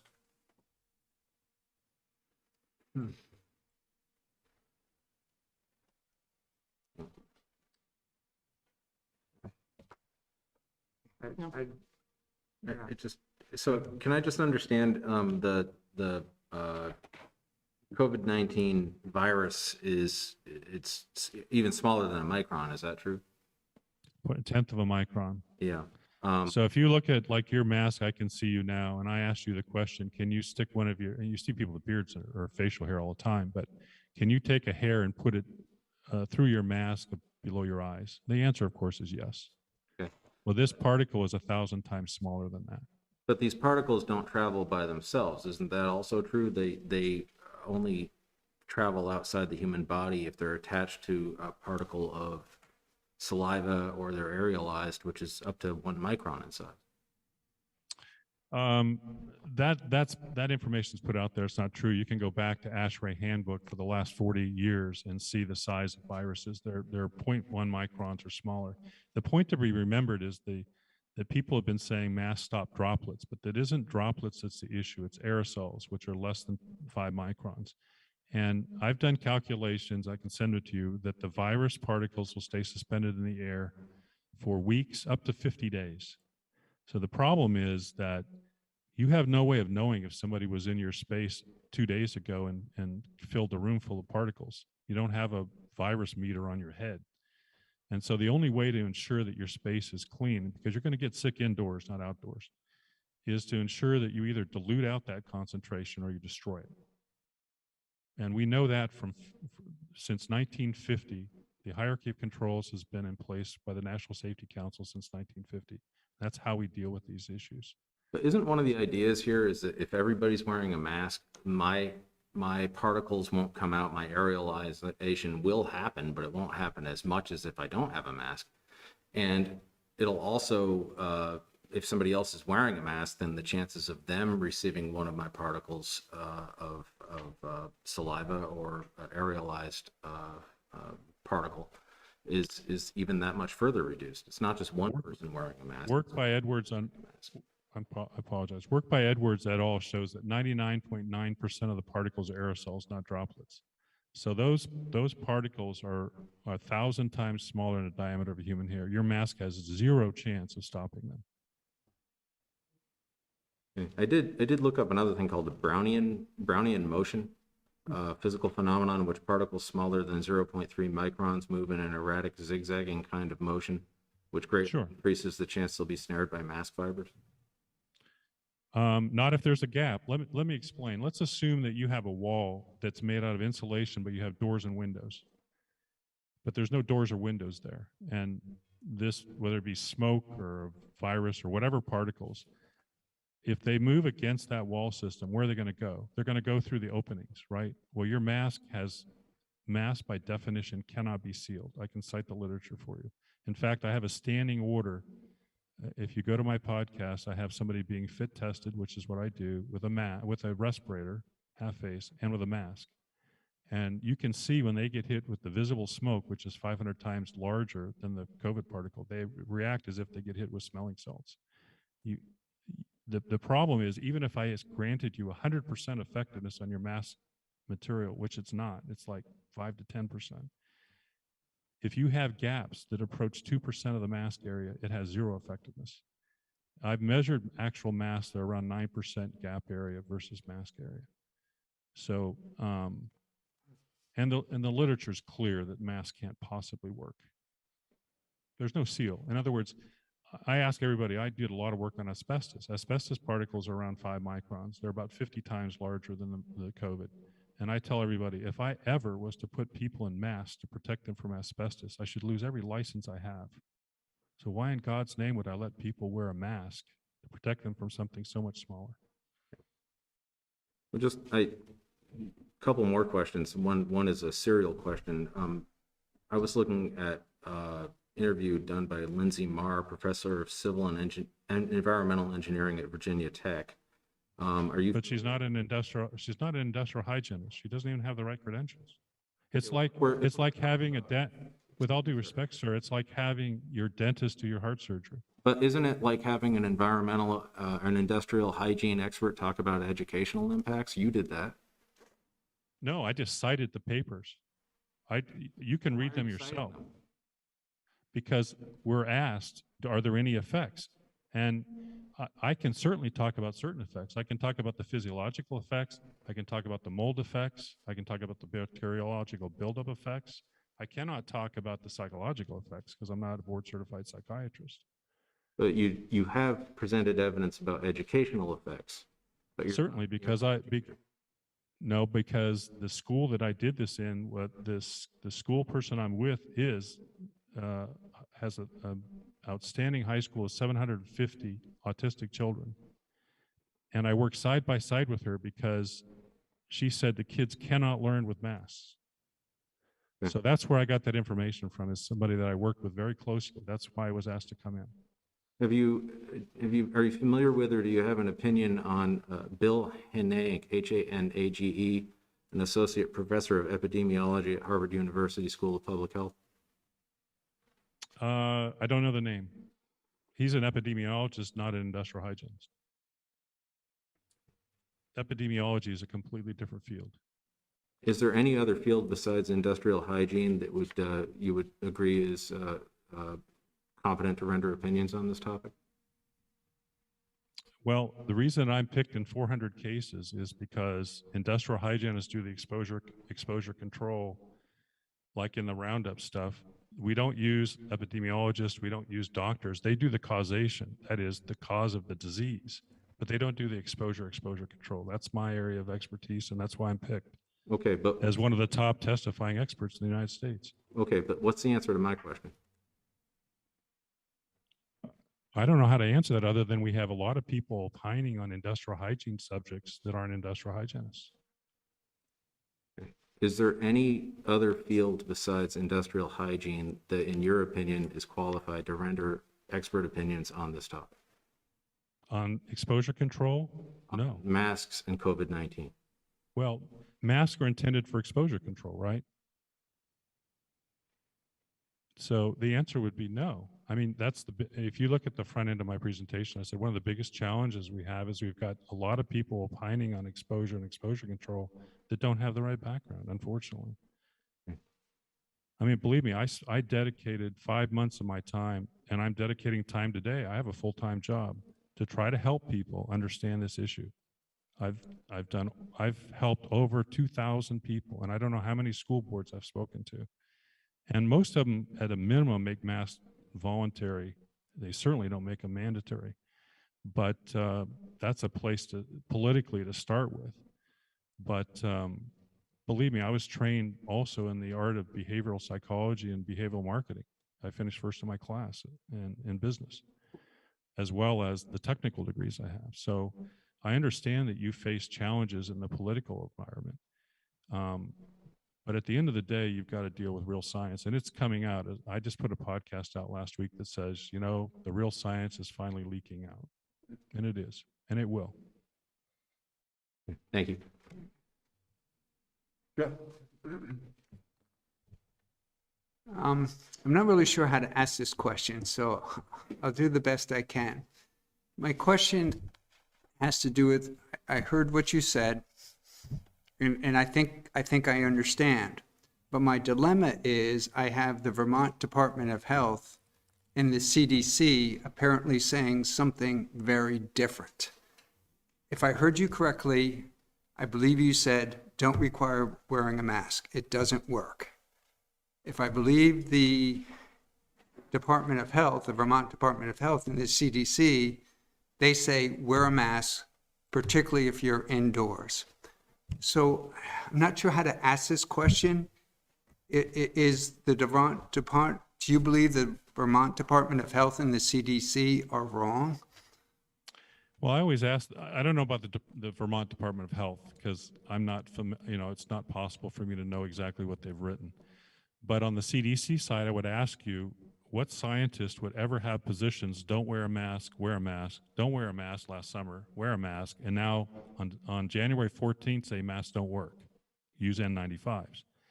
I mean, when somebody asks me about science and I always say, well, how can science change its position 180 degrees twice in a year and a half? It can't. And so the reality is those of us out there that have spent our entire life in trying to protect people don't believe for a second that what's happening at CDC is they're trapped between politicians who want to say they've done something and the sciences. And so you see that struggle that goes on constantly. But the masks are a political solution, not a technical or science solution. Let me ask a different question if you don't mind. Sure, I appreciate the time. Do the masks like the ones I'm wearing right now, is there impact on reducing either my transmitting or my getting COVID? Do they have a negative, zero, or positive impact? Well, that's just sort of the lawyer. Is wearing a mask 100% totally useless, or does it provide some benefit? Yeah, that's the lawyer question. I get it. I get asked that in trial all the time. And here's the way to answer that question quickly. Let's imagine you have an engineer and a mathematician in a room, and you're the moderator, and you ask them to have the distance to the far wall and have it again and have it forever. And then the moderator says, did you get to the wall? The mathematician says no, and he's theoretically correct, and the engineer says yes, close enough. Well, the answer might not be zero, but it's really, really close to zero in terms of effectiveness. So if I could restate that just to make sure I understood it, it's so small that it's of inconsequential benefit. Yeah, and the other point I'd like to make, if I could, the American Industrial Hygiene Association, our trade group, put out a paper in September of 2020 that said, and I believe in this, that if you're going to offer a solution, you should reduce the risk, in this case of COVID, by at least 90%. Masks, even perfectly sealed masks, reduce it only 5 to 10%, and with leaks, they reduce it on the order of zero.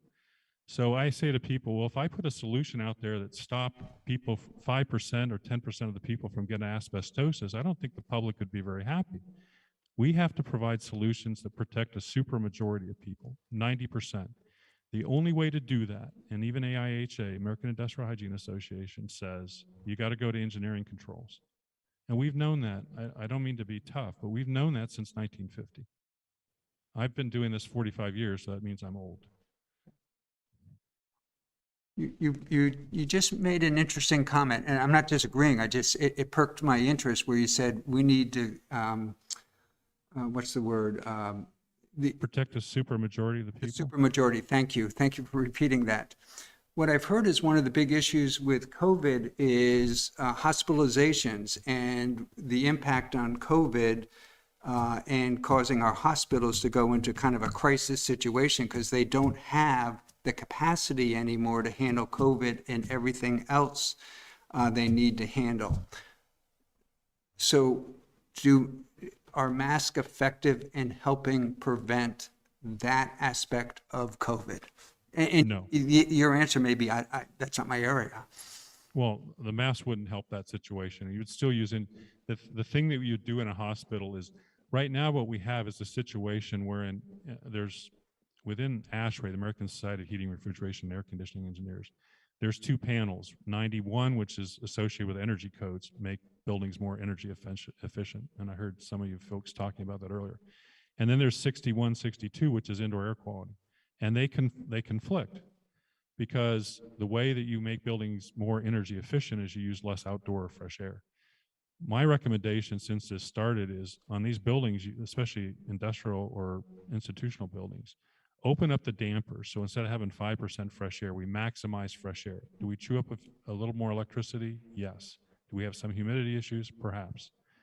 But we'll dilute out any contaminants in there by doing that by a factor of somewhere between 100 and 1,000. Then you put in these destruction technologies that I've given a list of them for you folks if you have the time or interest in looking at them, that actually will destroy the virus, and they'll destroy mold and bacteria at the same time. So that's the real solutions in a hospital setting. The masks aren't going to do any good. I can give you study after study after study that show you that surgical masks cannot stop infectious diseases in hospitals. Okay, thank you. Thank you, sir. If not, thank you very much, Mr. Petty, for coming, and hopefully, someday you'll come to Williston in person. I think I've been there, but I didn't do as quickly. All righty, thank you. Thank you. Thank you. Take care. Is there anyone else in the audience who wishes to make some brief comments? Yeah.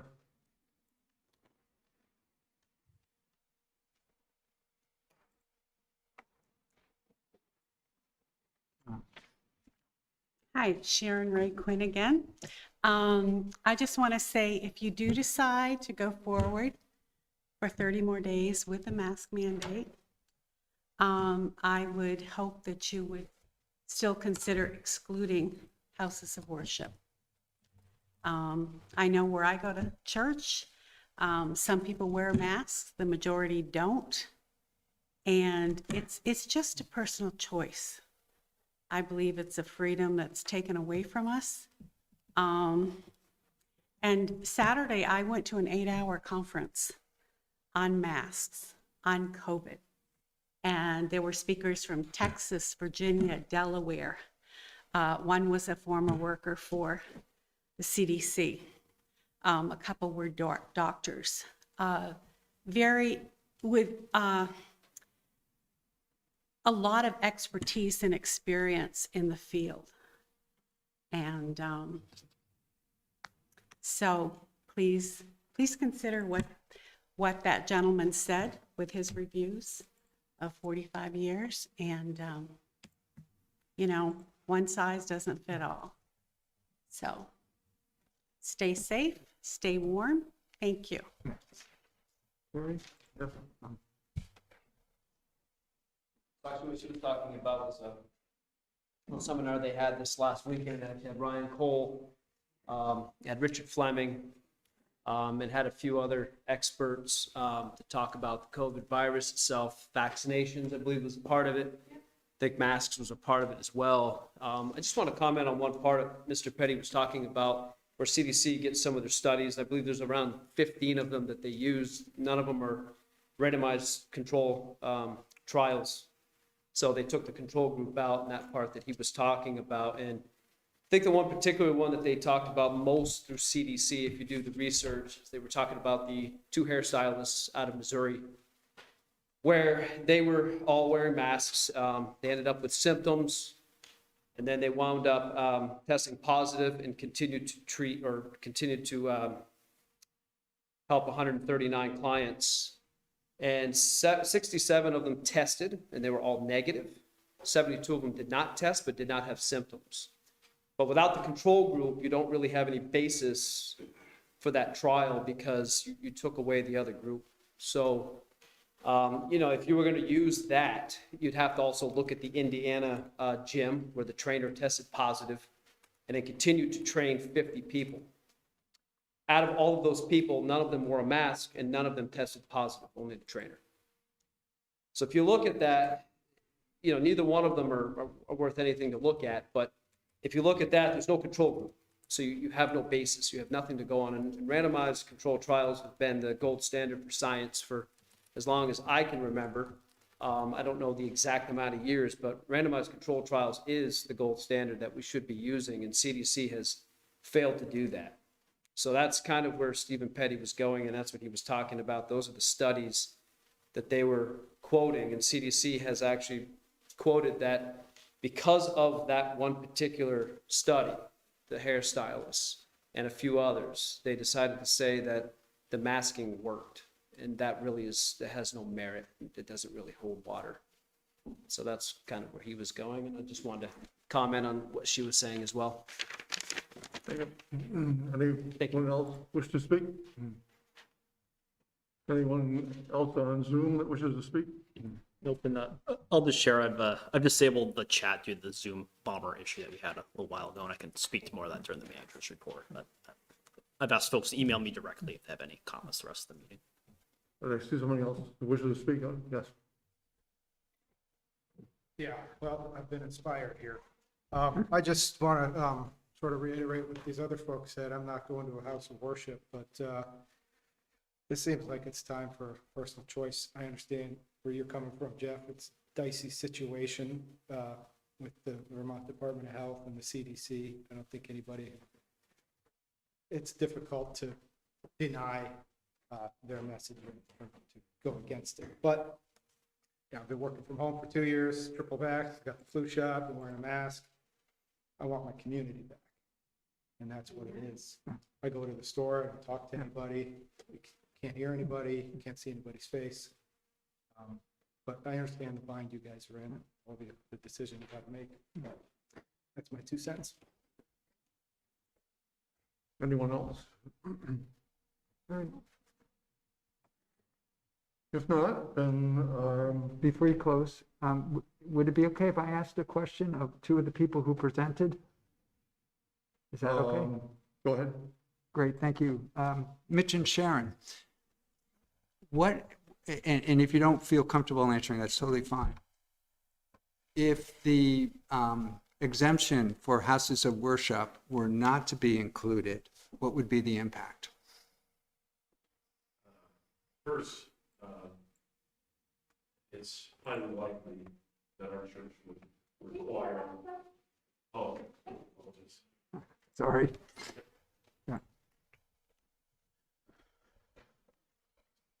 Could the people on Zoom hear the question that you asked? Yeah. Okay. Great. So our church is led by a team of elders, of which I'm one, and I don't get any more votes.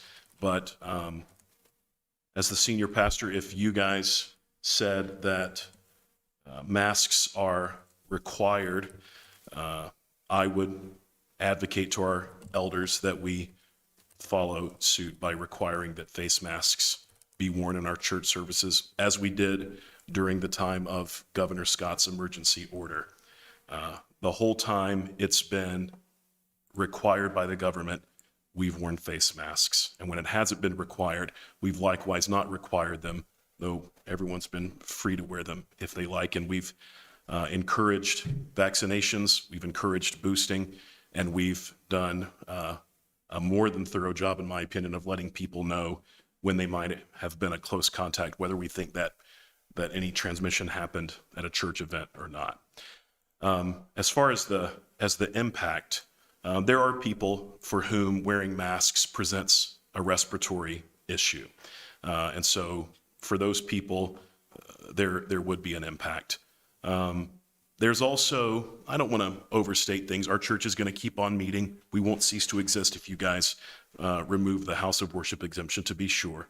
But there is an impact that comes when people who we understand the scriptures to teach are your brothers and sisters in Christ have to communicate with each other only behind face masks. There's a dampening of our worship of the Lord Jesus Christ that we think takes place in those kinds of scenarios.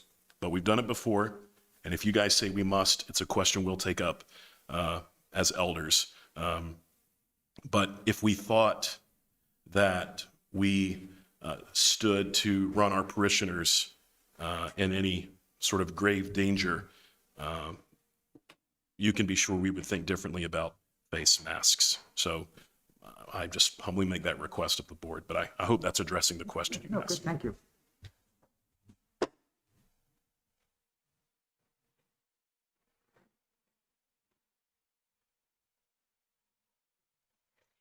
I happen to go to Ignite Church on South Brownell Road in Williston. Pastor Todd Callahan is the senior pastor. Assistant pastor is Sean Trolin. And like I think I mentioned before, some folks wear masks, the majority don't. If you don't continue to exclude that, if you do pass the mask mandate, we're going to carry on just as we did yesterday or today. Some people will wear masks. I'm sure the majority won't. Some people during the 2 years have watched online. We continue to meet in person. Wednesday nights at 7, Sunday mornings at 10. The Bible tells us to congregate together. So people suffer when they can't see loved ones. We're family of God. They're not my blood relatives, but they're special people in my life. It makes a difference when I attend services in person. And that's the way the majority of my brothers and sisters in Christ feel. It makes a difference. And to have the praise team, the worship leaders perform, and have a mask only off when they take some breaths before the next song starts, that's just, in my utter, honest, humble opinion, ridiculous. We ask people not to attend services if they're not feeling well, if they have sniffles, the flu is still out there. COVID is real. Yet I feel that there are so many cases in the hospitals here in Vermont, around the world, where they say the death was due to COVID. There are other underlying issues, even more major when they went in the hospital, but they list COVID. So the figures aren't right. All the symptoms of COVID are actual symptoms of remdesivir, which is what they push you to take in American hospitals. And that kills people, causes blood clots. It causes kidney failure and other failures. So, and we also have machines that our church went to great expense to purchase close to 2 years ago, where they can just kill and filter out things in 1 hour. We have several of them in the building. So you're safe coming into our church. And so I want you to just not make a quick decision. I want you to really consider whether to extend this for 30 days. And certainly if you do, please exempt the churches. So not everyone goes to a church. Not everyone has a God they believe in. That's your choice, It's my choice. So please try to honor and respect those that do like to attend church, that have a belief in God, so that we can continue to gather together and enjoy one another. Thank you. God bless. Back on that, or last time, I promise. So what she was referring to with the remdesivir, I actually have some experience with this. As my cousin was actually hospitalized after being double jabbed with COVID, and she did pass away. She was in the hospital for about 4 weeks on a ventilator. And they used the protocol of remdesivir, and I want people to understand where they actually got that from. Okay, so NIH and NIAID, they do studies, Ebola studies, and what they found when they did the Ebola study is that it killed 54% of their patients that they treated with it. I find it a little odd that they would select that particular drug to use in our hospitals when it killed 54% of the people. It ends up attacking your kidneys, okay? And then what happens when your kidneys are no longer functional, you retain water. And when the water comes up and your body fills up, your lungs also fill up and then they vent you. When they did this to my cousin, it ended up killing her. They ended up eliminating every ounce of money that she had in her medical. Exhausted the whole thing and then sent her home, and she died a few days later. She did not die of COVID. She died of remdesivir poisoning. And the reason why that is, and you know that, is because if you look at the study and you read the studies of the 3 or 4 drugs that they used, remdesivir was the one that killed the most amount of people, and those are the exact things that they died from. So when we talk about what they die of, there's secondary and then there's the primal cause. And COVID, I would suspect most of the time was actually the secondary cause, because nobody's been dying in the hospital when you go of COVID when you've gotten a motorcycle accident and you die of that. That should be the first thing. Second thing, they died with COVID. So dying with COVID and dying of COVID are 2 separate things. And another thing that I learned during my research, hospitals get about $13,000 for every positive case that you go to when you go to the hospital and test. If they can get you actually admitted and put you on a vent, it's another $39,000. Okay, but we're only talking about masks here tonight. I understand. Okay, so you're kind of way off topic, right? I was just piggybacking off her, Okay, Ebola. but it's So, 9 o'clock, it's getting sounds late. good. Just want to throw that out there so that we understood where she got that remdesivir, people dying of COVID and how so I just want to throw that out there. So it's now time for us to make a decision. Oh, have somebody? Terry, I did have Sharon Gutton wanted to make a quick comment Okay. regarding gyms. All right. Sharon, I'll connect you.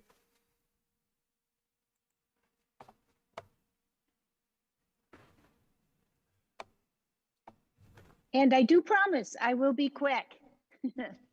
I thought that that expert witness, though, did an excellent job. And Ken, you did an excellent job too, cross-examining. I can tell you're an attorney. I just want you to know that as a business owner that includes a gym, and I watch people exercise, if you're walking, that's not a problem. If you're exercising in your target heart rate zone where you really do need more oxygen, the masks, all masks, decrease your oxygen level. And I have an oximeter at work and I put it on myself. So you don't even need that though. I mean, put a mask on and make yourself try to breathe hard. So we're really not able to allow our members and our patients who might be needing more oxygen to be exercising in the best way that they should for their health. So I do hope that we will not continue the mask mandate.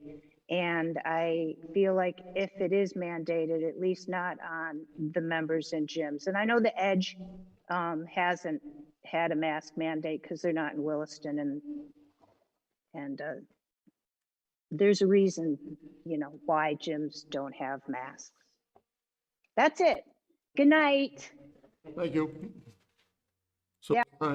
we need to make a decision tonight, either to continue the mandate or to rescind it. And if you wish to make any changes to the existing mandate, that would also need to be taken care of. So I'd be looking for a motion. Move under the authority of Act 1 to extend the town of Williston's face covering rule in response to the COVID-19 pandemic for 30 days until February 20, 2022, as it was originally passed, which would mean there is an exemption for houses of worship. And there's also an exemption for health related limitations. Is there a second? I second. Is there discussion on the motion? The only thing I'd say is first of all, I want to apologize to some degree for my demeanor. The expert, I did not mean any disrespect. I just needed to get certain points out, to the degree my tone was too cross-examining, I do apologize for that. I don't doubt anybody's sincerity. I do note that when we passed this the last time, we all got emails that we were Hitler, that we were doing, this is the beginning of concentration camps, etc. I don't think anybody here would have sent those, but we did get them. And I don't think that that's the situation with people who have a different opinion than mine. I think everybody here presented very, very well. And I honor and respect that. I just have a different opinion. I'm looking at what the CDC says. I'm looking at what the Vermont Department of Health says. I'm looking at what the Harvard University School of Public Health and Epidemiology says. What the Missouri University Science and Tech professors of civil and archaeological and environmental engineering are saying. This is just for another 30 days, and it's just a face mask. I think this is something that we have to do. I don't like them either. I want to go back to normal as fast as possible. But I also, do feel the need to point out that, science does change. It's not like, You know, real scientists originally thought that the Earth was in the center of the universe, and then more and more data appeared, and they changed their mind. Real scientists thought that all kinds of things that turned out to not be true. So the fact that science is changing doesn't mean anybody is trying to fool you or take away your freedoms for reasons I still can't understand. It just means that we have a different understanding. So I think this is for another 30 days, and I'm in favor of it. Is there any further discussion on the motion? I agree. I'm just, every day, I wake up to my kids, what was yesterday's data? They're growing up in an environment where they're constantly surrounded by COVID. They wear masks to school every single day and have for, the entirety of this school year, the entirety of last school year. And no, they do not love wearing the masks. I do not love wearing a mask, but I do it, as I said the last time, because I have such utmost compassion for everyone around me. And I believe that if it can mitigate my potentially exposing anybody else, and their mask can potentially mitigate my exposure, then that is a sacrifice that we do as human beings for each other.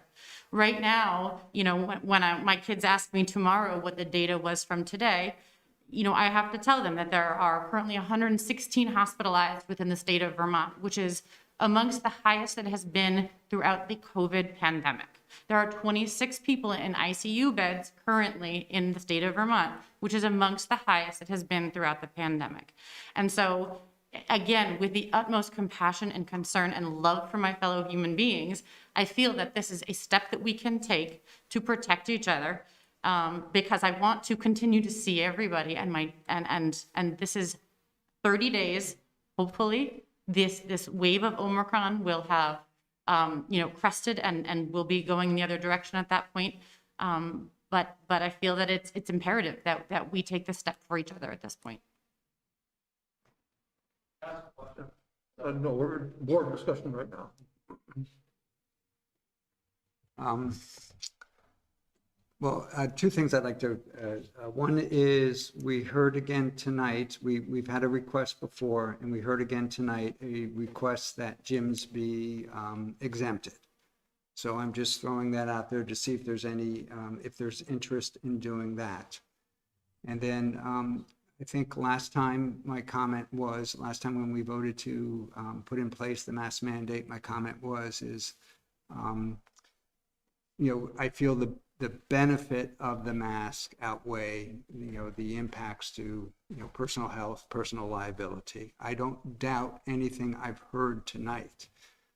But on the other hand, I don't doubt what I read when I look at the websites of CDC or the Vermont Department of Health. And right now, they are very clear. Wearing a mask indoors is appropriate, is a good idea. And so I guess I'm going to have to take that as my lead in making this my decision. Unless there's an amendment to Ted's motion to include gyms, we'll proceed with the motion. I had originally made that amendment last time, and I got booted. No, I didn't even get voted down. I got booted down. Nobody even seconded. Well, I mean, at one thing that happens, I regret not chiming in and saying, let's at least talk about it. And that was a mistake on my part. Because personally, I don't agree with the church exemption. And I don't know if it makes sense going into that. I mean, you have people captured in a room indoors for a long period of time. I would assume that, compared to, let's say, a store where somebody might be in the store for 15 minutes and moving around in that store my gut tells me that's less, whatever the right word is, less conducive to transmitting COVID than when you're sitting still next to people in an indoor environment for a long time. Not long time, but extended time, let's say. So if we go along with the church exemption, I guess my engineering logic doesn't understand why we wouldn't go along with the gym exemption. My thought on that is that people voluntarily go to church. Maybe when I was a kid growing up Catholic, I can't say it was voluntary, but my parents thought it was. The same thing with a gym. I mean, it's not likely that people are going to be in there in either one who are going to be there because it's mandatory. Because they have to go to the store, they have to go to the drugstore, they have to go to town offices. So to me, that's a distinguishment in policy. It's not a difference in engineering. I agree with that. Hearing no further discussion and no amendments to the policy, we're at Ted's motion to extend. And it's seconded, right? It was seconded. Yeah. So all those in favor of the motion say aye. Aye. Any opposed, say nay. So we have passed unanimously. Thank you all for coming tonight to offer your opinions on this, and we appreciate that. So we'll move on to the ordinance on special events. Eric, you're going to start off, and then Matt will take over. Yep. This is continuation of the discussion we had at the end of last year regarding a rewrite for an ordinance. You may recall the public festivals to prevent a Woodstock from occurring in Williston in the early 70s. So Matt's office has done a lot of work on this with a rewrite. And as I was chatting with Terry before the meeting, part of what we're going to call this ordinance may be a point of discussion here as we go. But for tonight, Matt got additional feedback from public safety department heads after the first discussion where the board wanted to pursue this further.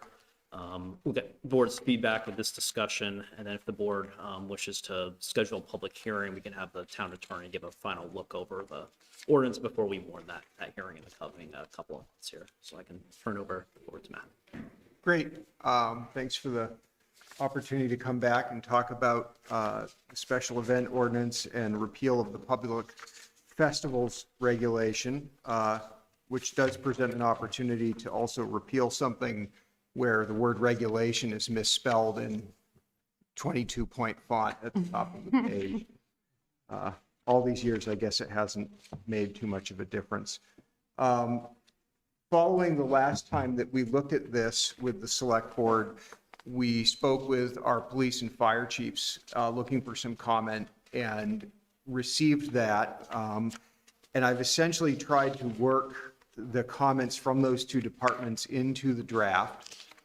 I'll start with talking about the police chief's comment, which was a simpler one, and proposed a solution that I think warrants a little bit of legal review. And what Chief Foley said was, well, you have this fine structure that's $250 a day. And if I'm running a very large, very profitable special event illegally, that fine isn't much of a deterrent. So we recommended some language that might be able to scale that fine with the size of the event by considering each attendee of the special event as a separate violation. That would rack the fine up obviously much higher. I would like us to confer with council about whether that's actually reasonable to do. And do point out that there's also a possibility of just getting a court order to shut down an event that's being operated without a special event permit. And that would go beyond simply fining somebody. You know, you can take more stringent action under that. We had more extensive comments from the fire department, who of course look at servicing a special event more from a practical emergency services standpoint. And, you know, there were really two things that the fire chief wanted to get into this ordinance. One was just general reference to adopted fire codes, access for fire equipment, and be able to show a layout of an event to the fire chief for their approval, including fire lanes, booths, et cetera. And the list there is fairly extensive, but seems fairly common sense. And for those following along, I'm in section 5, fire safety 5A. And then 5B for larger events, over 1,000 persons, the chief's recommendation is to require some actual staffing of the event by Williston fire personnel. And so that's based there. And there's a little bit of ability to determine that level of staffing flexibly based on some of the aspects of the event, including whether or not alcohol would be served there. The second element of the fire chief's comment has to do with the use of tents. Temporary structures that don't meet fire code the same way that a permanently constructed building does. And what the fire chief has proposed is an additional fee for larger tents that would be used as part of an event. The town has been exempted in this draft from that fee, so we won't have to pay ourselves. And there is also a discussion of large occupancy events that either have more than 250 people in an enclosed space with fixed seating where alcohol is served, or 500 people in an enclosed space or fixed seating where alcohol is not served. So a couple of other thresholds in there for some of those things that are specific to the fire chief's concerns. I understand, I was not in attendance for part of the discussion of this draft. The select board has probably some questions to think about still about frequency and duration of special events. And the manager and I also had a discussion today about what an appropriate guidance or threshold might be for events that are always elevated to the select board for review and approval versus those that are most likely smaller or less intense that could be handled out of the manager's office. So I'm prepared to answer questions about that or discuss maybe some possible ways the draft could be modified to build that threshold in. So I think the last time we looked at this, we were in agreement as a board to call this something besides a special event. Perhaps the temporary event that you suggested. Mm-hmm. And I have a couple of minor things to ask about. On the top of page 2, letter C, it talks about, beg your pardon, under section 3, application requirements, not less than 21 days. Is that business days or calendar days? Mm-hmm. I noticed in the fire departments, they say business days or work days. I would suggest that we just be consistent. I don't think the number of days had a lot of relevance as long as it was appropriate amount of lead time for the office to process the request. So I might say if it was calendar days to go to something more like 30 and just, give it a month. Yeah. They just would clear it up. And then the, under section 5B, around halfway down, it talks about a minimum of 2 firefighters, EMTs shall be hired for a minimum of 3 hours. I think it needs to say 3 hours each. Those are my minor things, so other folks who want to weigh in. But the only question I had has to do with section 1.1, definition of a special event and the number of events. We did hear a comment during when we spoke of this last, that if you live next to a location that has a special event, and let's say that 12 times ends up being a Saturday, Sunday, 6 weekends in a row, that could get pretty old pretty quick. And, as being a neighbor. So I just wonder if we want to rethink that a little bit. And if I remember correctly, we sort of had this same type of discussion when we were doing the noise ordinance and with the North Country Gun Club and when they could hold, and I believe we did call them special events. So that's my only question. I wonder what staff's thoughts, recommendation on that would be. In the background, in my mind, there's an interplay between what we're doing with a proposed new special event ordinance and what we are proposing to regulate as land development under zoning. And at some level, what this ordinance communicates is that if you're going to go beyond these thresholds, if you're going to build permanent structures, if you're going to develop a site so that it, like a fairgrounds or something, or if you're going to be there with such frequency that it's really become a more continuous operation, you do need to, at that point, comply with zoning. And that threshold then, because of the way we do things in zoning, that threshold then means, well, you need to situate this facility in a zone where the use is allowed.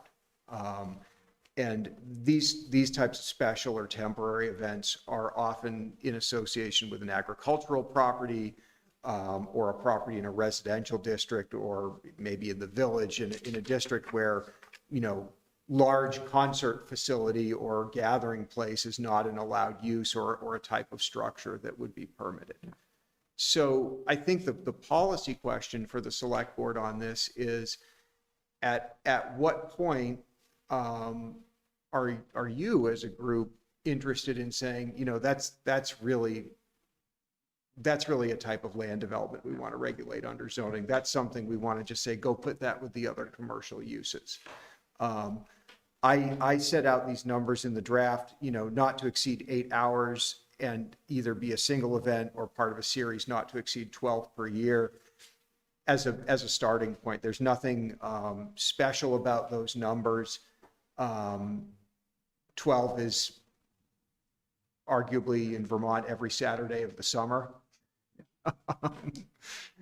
And, depends on who you are, whether that sounds like a lot or not. If you're an agricultural property looking to hold an event that can't be understood as exempt from regulation under the required agricultural practices, maybe that doesn't sound like a lot. Gosh, we'd like to be able to do more.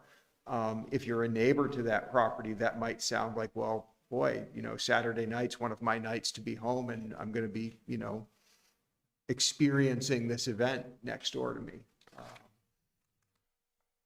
If I could, is the part that's defined in 1.1, definition of a special event, that's only, when I say only, I maybe shouldn't be using that word, but that's there to define what a special event is. That's not how we're going to necessarily regulate something that ends up falling under the definition of a special event. In other words, even though the definition says no more than 12 times per year, you want special event X to happen on your property, you may not, your approval that comes from the town may not allow you to do it, let's say 12 days in a row. Is that correct? I'm just reading through back into section 4, action on permit for the select board. It is correct in that we're setting some outside limits.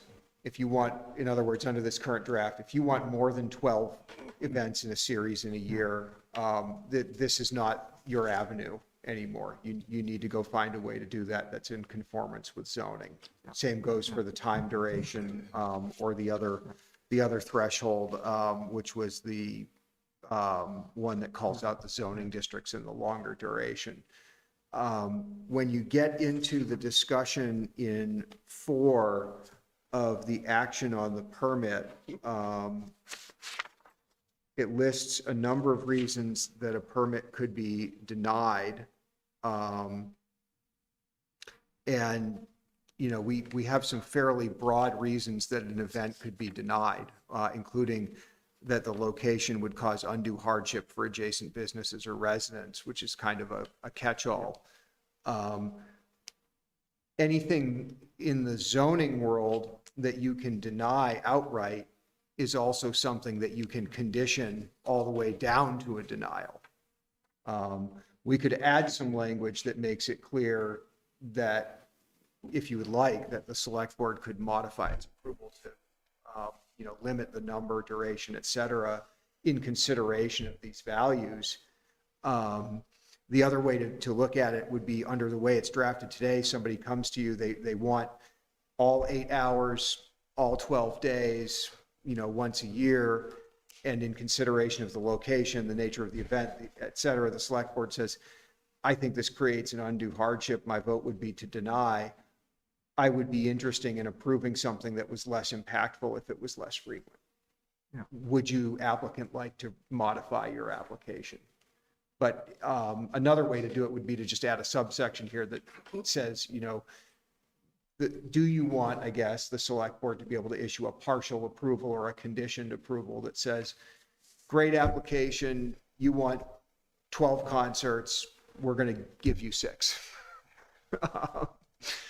You could certainly do it that way as well. Okay.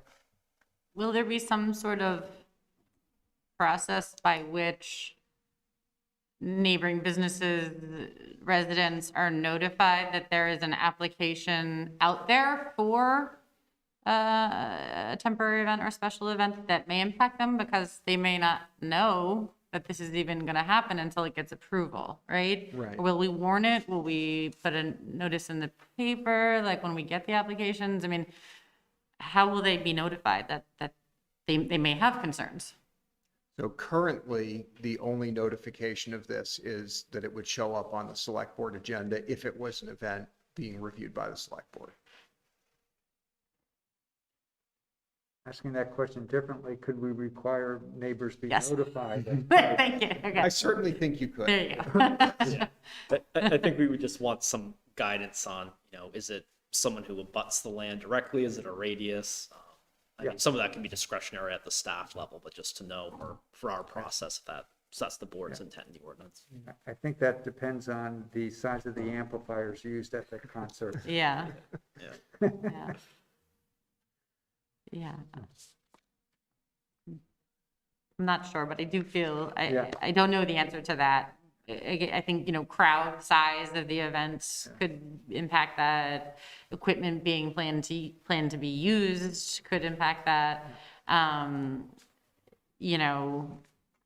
amount of vehicles coming in and out. I mean, all kinds of events. I think ultimately would probably come down to size, because that would probably dictate the most amount of crowd and noise.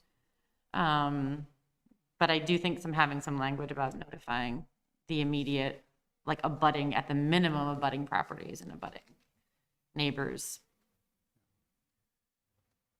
Yeah, that could be fairly easily made part of the requirements for a complete application, that the applicant demonstrate that they had notified their direct abutters, or every resident within so many feet of their property line, or however you'd like to do it. I mean, in zoning, we have a very prescribed way of notification that is handed to us by the state and says, this is how you'll notify abutters of pending development reviews, depending on what kind they are. You don't have to do that exactly. I think you could look for it as part of the form of the application that would be developed to show compliance here. So if we added a line that said notification, I'd look for any guidance, but it sounds like at a minimum, it's abutting landowners, or maybe within some radius of the property where the event's going to happen. Other input for staff? One other question. Sorry, Matt. Greta made me think of this.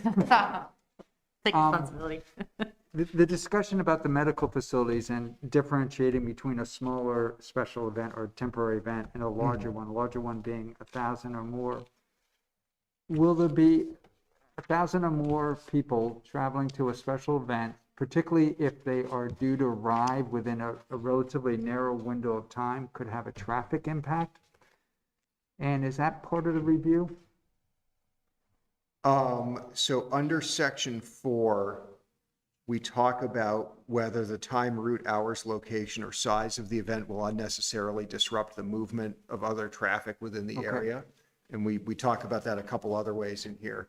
So I would leave it to the individual review of an event. If somebody came and said, I'm having Woodstock in Williston, say, well, if we think you're going to create this undue impact, we're just going to deny it. What's your plan for traffic? Applicant, have you talked to our police chief? Are you hiring a detail, et cetera? you know, there's a lot more, in my mind, sort of negotiation and conditioning in a permit under an ordinance like this than there would be, you know, something we were doing in front of the DRB. Yeah, okay. At the board's discretion, a lot of good feedback this evening. We could summarize that and bring it back to the board at a meeting in February if you'd like to look at a clean version before any potential action as well. So if we get it back in February, then we can schedule a public hearing after that. Yeah, we could probably have this ready for the next meeting with the feedback tonight, so you can have a clean look at it from the discussion tonight, if that's your preference. Yeah. Okay. Works for everybody? Yep. All right. Thank you. We'll keep you on the hot seat. The next is the Regional Unified Planning Work Program list for Williston. Eric, just want to lead it off and turn it over to Matt. Yep, this is the annual program list for funding requests from the Chittenden County Regional Planning, to the Chittenden County Regional Planning Commission. The Planning Office and Public Works Office prepare these requests. What the board is asked to endorse approval of these. It will go to the full review by the Regional Planning Commission. We'll also speak with our representative as it gets to that review stage to advocate on Williston's behalf. But this is an annual request. It's a good pool of money the town has access to. It's assisted with a lot of town projects throughout the years. Matt's prepared a summary memo in consultation with Bruce from Public Works and provided the board with the more detailed sheets, more for reference. Matt can provide a quick overview, knowing it's getting late as well. If there's any questions, he can certainly answer about a project here. Sure. Yeah. So thank you. As Eric said, these are the town's requests for assistance for fiscal year 2023 under the Unified Planning Work Program at the Chittenden County Regional Planning Commission. And as Eric said, project requests typically originate both from the Public Works and Planning departments, and I've listed them that way in the cover memo. So a couple of Public Works projects, traffic count requests.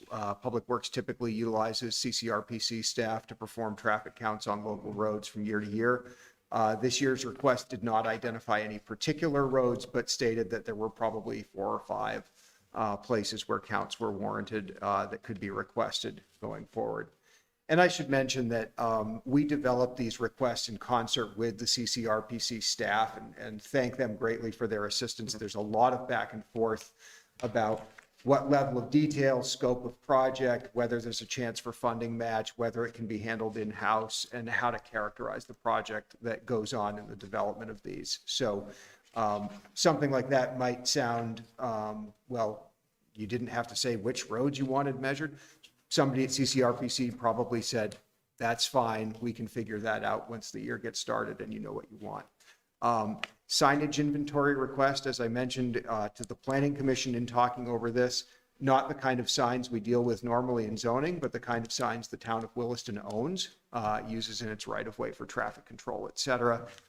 Getting those assets inventoried and into a geographic information system so that they can be mapped and managed in that way is the signage inventory request. And then stormwater similarly is a request to continue filling out a data set for the town about stormwater treatment facilities in town, locations of inflows, outflows, ponds, et cetera, and field verification of some of those locations to build out that geographic data set for the stormwater. Then I'll talk a little bit about the planning projects. Briefly, we have planning projects requested in 2 major areas. One is preparations for public outreach of the next town plan, and the other are a set of projects that are resultant from our Taft Corners visioning exercise, issues we identified that go beyond what can be accomplished in the pending bylaw amendment, which you'll see very soon. In other words, not everything that came out of the Taft Corners visioning project can be handled by regulating land use. There are other things that take some other work. So first up, comprehensive plan data development. The 2020 decennial census is more or less complete, and we anticipate full release of data from that by the beginning of the fiscal year. And along with some American Community Survey jobs, journey to work data, demographic information, we're requesting some assistance from the Regional Planning Commission to begin assembling that data, essentially for presentation back to the community before we start asking the community the kinds of questions we ask that are the lead in to the next comprehensive plan. So in other words, in an overview way, toward the tail end of FY23, we want to be able to start our public engagement for the town plan and say, so this is who you are, this is how many of you there are, this is where you work and how you move around the town. These are your demographics. Knowing those things, now we'd like to ask you some questions about what you think the future of Williston should look like. So it's the very, very preliminary work to get going on some informed decision-making, informed community participation for the 2025 town plan. Next up is affordable housing needs assessment. There's a really good set of data out there about the need for affordable housing in Chittenden County. And we certainly talked a lot about affordable housing throughout the Taft Corners project and received that input, I believe a letter that was copied to this board as well as the Planning Commission from the Racial Equity Partnership that in very brief summary, and apologies for not getting all of the high points, said, you know, if we're going to have more development in Williston, some of it ought to produce housing that's affordable for people. And, you know, there are some regulatory tools the town has contemplated over the years, but not engaged. One of them being inclusionary zoning, where you actually require a certain percentage of projects of a certain size to be built as affordable housing. If the town wanted to adopt or consider adopting something like inclusionary zoning, there are some statutory requirements that the community has done a needs assessment. So given the timelines of these things and the desire to be responsive to things that came up in the Taft Corners project, we wanted to get that needs assessment done so that not having it is not an impediment if we want to take up further regulatory work around housing and the provision of affordable housing. That's that one.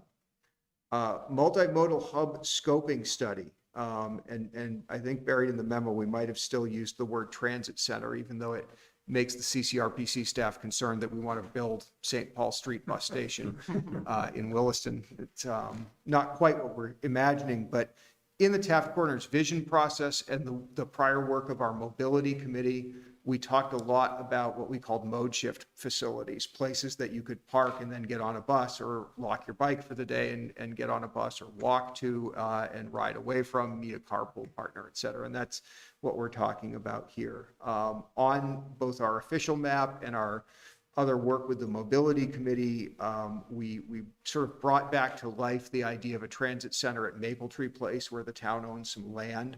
And would like to have some assistance doing the preliminary work around the feasibility of what could actually be developed in that part of town, and how would it enhance people's access to mobility in and out and around Williston. The last one is the Growth Center Communal Stormwater Management System Feasibility Study.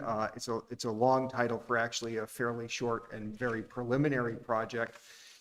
If you were to go into the sort of the back 10th of the Taft Corners vision document that you saw in July, you'd see a section about overarching issues or things that are outside of the realm of land use that we think might be challenges to having Taft Corners develop in the pattern that was envisioned in the vision document. And one of those things is that if each development in Taft Corners has to handle stormwater on its own site, it can make it harder to achieve that compact, efficient development pattern. Additionally, as we looked at it more, we realized that the vision for Taft Corners and the regulating plan in the draft form-based code anticipates the construction of a whole lot more streets that would become public, and that's more impervious surface that would have to be served by public infrastructure. So this is the beginning of just trying to get our hands around what are the town's options as it considers the build out of the stormwater infrastructure that would be needed to support the vision for Taft Corners. There are some things in there that I think are a little more challenging to think about. like serving public and private stormwater in the same facilities and or there being the idea of any public responsibility for the treatment of private stormwater. I'd want to emphasize that this work would not commit the town to any of that, but would rather just be an informational exercise to understand physically what might be needed in the various parts of Taft Corners. And that's what I have for requests for the CCRPC. Questions for Matt? All right.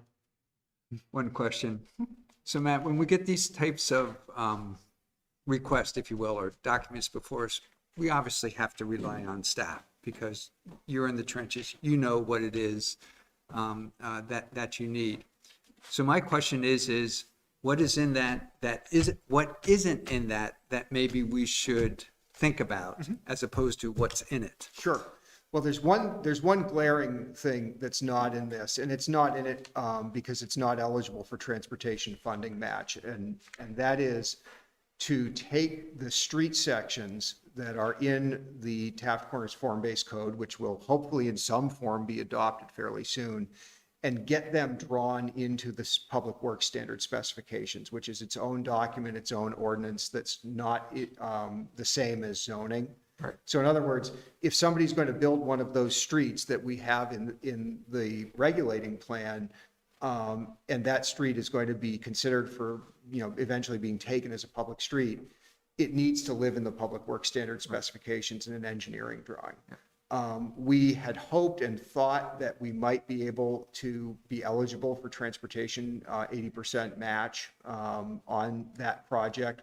But in consultation with CCRPC, Eleni Churchill said to us, transportation planner at CCRPC said, this is too much design, and design is not eligible for that kind of funding. So you can study and you can scope and you can think about feasibility, but you can't do design with that money. So we're going to need to pursue one or more different strategies to get that work done. I think the good thing is that we can get, if we were considering a new street under the form-based code, we can get the right-of-way width. You can build one of the streets that's in the current specs in that right-of-way, and you can place the buildings in the right place, and you could arguably come back to it. It's not an issue at all if somebody's building on an existing street. We're not making them rebuild a piece of Zephyr Road in order to build a building that fronts on it. We've just specified the setback line. And as the town works on some of the public streets that it has been interested in building, for example, Trader Lane, there's an opportunity to get those cross sections designed for at least one of the 6 street types in the regulating plan. Actually, I think Trader Right and the one-way sections around the Trader Green in the regulating plan gets us 2.5 things out of the 6 that we need designed. If we were to pursue permitting on Trader Lane and full design on Trader Lane, we'd need to get those cross sections done anyway. They could be considered for adoption then. So there are some ways of backing into this. We also will probably in the fall pursue a municipal planning grant to get that work done. Okay. I'm also looking to find out how much money we're talking about for this work. It's sounding like it's less than 15 and more like in the $10,000 range. So it's not hundreds of thousands of dollars. It's a small amount of work. The transportation engineer who consulted on the form-based code has been asked to give his best guess at what he thought it would cost. So we'll keep working on it in those other directions, but we could not get it into these requests for assistance. Okay. And that's all we should know about. I can't think of anything else we left out. There are some other requests for technical assistance that we're pursuing that came out of the Taft Corners project that did not need to be put in here. In other words, they're more like pick up the phone and CCRPC will help you with them. For your information on those, we had a question about a sort of an oddball street layout at the 90-degree corner of Seymour Street and Day Lane, where things have kind of converged. So we have 2 curb cuts and a 90-degree. Had some comment from the neighborhood there. We're going to just get a little bit of help taking a look at that. We are asking for a white paper from CCRPC regarding what would need to happen and what the cost to the town would be if the town were to ever consider taking over routes 2 and 2A as Class 1 highways. So, you know, the vision for Taft Corners imagines those two roads being rebuilt in a way that V-Trans would not want to continue to maintain them. We know that comes with a price tag. We've asked CCRPC to give us some idea of what that price tag is, just so decision makers have the information. And I think we might have had a few other sort of just safety related requests. I know Oak Hill Road, blind spot at the top of the hill by Sunset Hill was in there. Those are technical assistance requests that will happen more likely this fiscal year or the very beginning of FY23. And we're not big enough requests that they needed to be in this. Okay, good, thank you. Yep. Any other questions? A motion is suggested. I'll move to approve the projects proposed for inclusion in the Regional Annual Unified Planning Work Program for fiscal year 2023. Is there a second? Second. Is there any discussion on the motion? If not, all those in favor of the motion say aye. Aye. Any opposed? Good, thank you, Matt. Thank you. Thank you. So moving on then to the things we really need to take care of tonight, and the capital budget and program for fiscal year 2023. Eric, just give us a couple of brief remarks on that. Yep, these next few items are legal stuff for town meeting for consideration, so we'll start with this one. So after the last meeting, staff made the reductions to the capital expenditures as presented January 11th. And we've provided an updated capital summary sheet based on those discussions. As every year, the board would need to approve the capital budget and plan. Should you be ready to consider that motion this evening? Okay. Any questions for Eric before I ask for a motion? Motion then would be in order. I'll move to adopt the capital budget and program for fiscal years 2023 through 2028 as presented. For a second.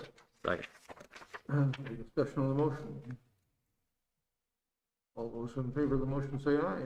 Aye. Aye. Any opposed? Moving on to general fund budget and Eric. So similar to capital, we've included a summary of the general fund budget after the discussion on January the 11th in your packet. Just for some numbers, this represents a 13.63% increase and an estimated tax rate of increase of 0.0383 cents. So for the effect that would have on a median homeowner, it would be $115 in taxes for the year or $9.58 per month. So you might recall our discussion on the use of ARPA funds at last meeting. Shirley followed up with Katie Buckley, who's VLCT's in-house expert on everything ARPA, just to confirm our read on that with the rule that came out. And VLC had no objections. They did point us towards, we had looked at the new staff calculation to the board discussed $300,000. Their advice is going to be have all towns looked for all of their funds to go in the lost revenue bucket. You might recall we're getting $3 million. Our calculation before said $950,000 of that could be lost revenue. Under this final treasury standard, they're saying the minimum lost revenue is $3 million. So that allows every town in Vermont except the city of Burlington to classify all its funds as lost revenue. Good news for us, that's the maximum flexibility for ARPA funds for governmental operations. So as the board and thinks ahead for the additional use of ARPA, it provides a lot more flexibility. So I just want to bring the board's attention. You did have that ceiling of the 310 last week when you looked at this. Just sharing of that changes that threshold, but I'm not sure if the board wants to look at that any further or not. But that's just. But should the board wish to move forward, there's a suggested motion, and this would essentially establish us for the article at town meeting. I don't think I'm interested in changing what we decided last meeting, which was the 300,000, but what would be helpful to me, and sorry, Shirley, would be is if I could get a listing of the ARPA dollars we've committed to spending already, so I know where we are compared to the $3 million that we're anticipating. Are we at 50%, 25%, that type of thing? I could point you, Jeff, to this capital summary. It has the ARPA called out in the ARPA column. And then you'll have a motion to consider with the fire department later on this agenda. Should the board support, you support the capital budget piece of this, if the other piece is supported, it'd be about 600,000 of the 3 million at this point. Okay, so if I could just make sure I understand, if I take the ARPA dollars that are shown on the budget sheet, which is 166. 201, there's a little bit in the equipment fund as well. Oh, okay, 201 total there, and add that to the 300 that we anticipate using for the fiscal year 2023 operating budget. So that gets me at about 500,000. So we, for lack of better words, I'm too tired to think of the right way to say this, but we've spent or committed about 500,000 of the 3 million we're anticipating. Yep. Okay, that's very helpful. Thank you. Any further questions? Looking for a motion? I'll move to adopt the general fund budget for fiscal year 2023 to be considered at town meeting in the amount of $13,148,554. Second. Sorry, discussion on the motion. All those in favor of the motion say aye. Aye. Aye. Any opposed? Moving on to allocations for firefighter hiring and fiscal year 2022. Eric? Yep, we've previewed this throughout the budget process, so kind of summarize and ask the board to consider action this evening. The addition of up to the 9 career firefighters identified in the FY23 budget, the board can consider moving forward with that in the fourth quarter of FY22. We've been accepting applications. Plan right now is to schedule folks to interview in February. The town supports this budget at town meeting. We could then make conditional offers in March. So we could have a start date in early April, depending on how many folks we can identify to address this issue. It would take the chief's plan about an 8-week training academy to get those folks ready to go. So that would be operational by April, May into June at that point. The staff's looked at it. If the board wants to consider and supports that timeline, allocating up so that need for the fourth quarter of FY22 would be projected about $150,000 of this expense. We've built that into our fund balance model that you looked at in detail last week of our estimate at 16.7% at the end of FY23. There's there's 2 motions you have in your packet. The first one is to designate up to this amount of money for the operating side of it. And we say up to that amount because as we get to the end of the fiscal year, we will surely we'll look and see where we've ended up in terms of any underspending or other sources with the budget. So if needed, it would tap into these reserves to cover that expense. The other piece I alluded to, for these new employees, they would need equipment, capital equipment, radios, turnout, firefighting gear, coats, boots, etc. So we've discussed looking at ARPA money to fund that expense for these new employees, depending on how many we could hire. So this kind of lays out the fiscal pathway for the board should it want to move ahead with that plan at the fourth quarter here. Questions for her? Well, I think personally, I feel that there is a definite public safety need, so I support it. My only question, again, for Shirley is getting back to my previous ARPA question. If we approve this motion, then I need to add another $130,000 to the ARPA funds that have already been allocated or spent. Meaning by passing this motion, we've allocated up to about $630,000 of the $3 million. I just want to make sure I have that correct. Yep, that's correct. It would leave about 2.4 million available. Okay, good, thank you. So 1 or 2 motions combined are in order. I'd make a joint, combined motion, I'd move to designate, if necessary, up to $150,000 of the unassigned fund balance for operating expenses for the addition of up to 9 full-time firefighters to the fire department during fiscal year 2022, and further move to designate up to $130,000 of the American Rescue Plan Act ARPA funding for firefighting equipment inclusive of radios and turnout gear for up to 9 new firefighters in the fire department. Is there a second? I'll second. Is there any discussion on the motion? All those in favor of the motion say aye. Aye. Aye. Any opposed? Necessity resolution for ambulance financing. All right. Yep. One more piece here. You might recall in the capital plan for FY22 is the replacement of the 2014 ambulance. Staff approved a purchase order last summer to complete and determine the final pricing. Given challenges with the supply chain, this ambulance won't be delivered until the summer of 2023. Our first payment won't be due until fiscal year 2024. So we identified short-term borrowing as a way to pay for this purchase, as the town's done in the past for ambulances. Now that we know what the cost is going to be, to enable the town to look at short-term borrowing, it would require an affirmative vote of at town meeting by Williston residents. Short-term borrowing and the other option is a lease agreement, which the board would have authority to enter into. Short-term borrowing allows for a lower interest rate and also enables the town to own the asset outright upon repayment of the debt. We bid the costs at about just a hair under $265,000. We built a little escalating factor in. The question, should you support this approach, would be not to exceed $280,000 for the purchase of this ambulance with short-term borrowing.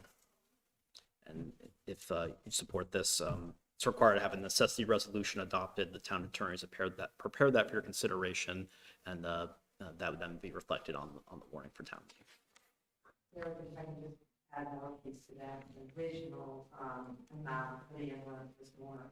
So we have the assistance to firefighters grants, which was the grant to train the paramedics. We have excess there, so essentially we have about $50,000 that we're going to use to buy the power load in the top. So that brought the borrowing down for the ambulance. Okay. Sure. Questions for? Well, I actually have two questions, if you don't mind. First, building on that, is the $280,000, is that the anticipated purchase cost, or is that the anticipated, that needs to be financed? Or is that the anticipated purchase cost less the sale of the old ambulance? Does not include the sale of the old ambulance yet, because we won't sell that until this is in service. So when that ambulance is sold, it will go back into the equipment replacement fund. So typically, once they get here, there's a training period depending on just like with the fire trucks, just less. So we don't typically sell them before the new equipment gets in service. Okay, all right, good, thank you.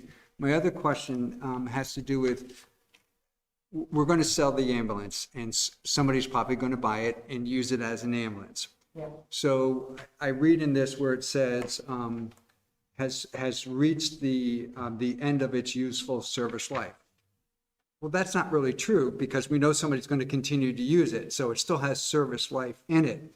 What the town does is make a decision about what's the most cost-effective time to sell the ambulance. And I wonder if that concept of cost-effective should be built into that first paragraph.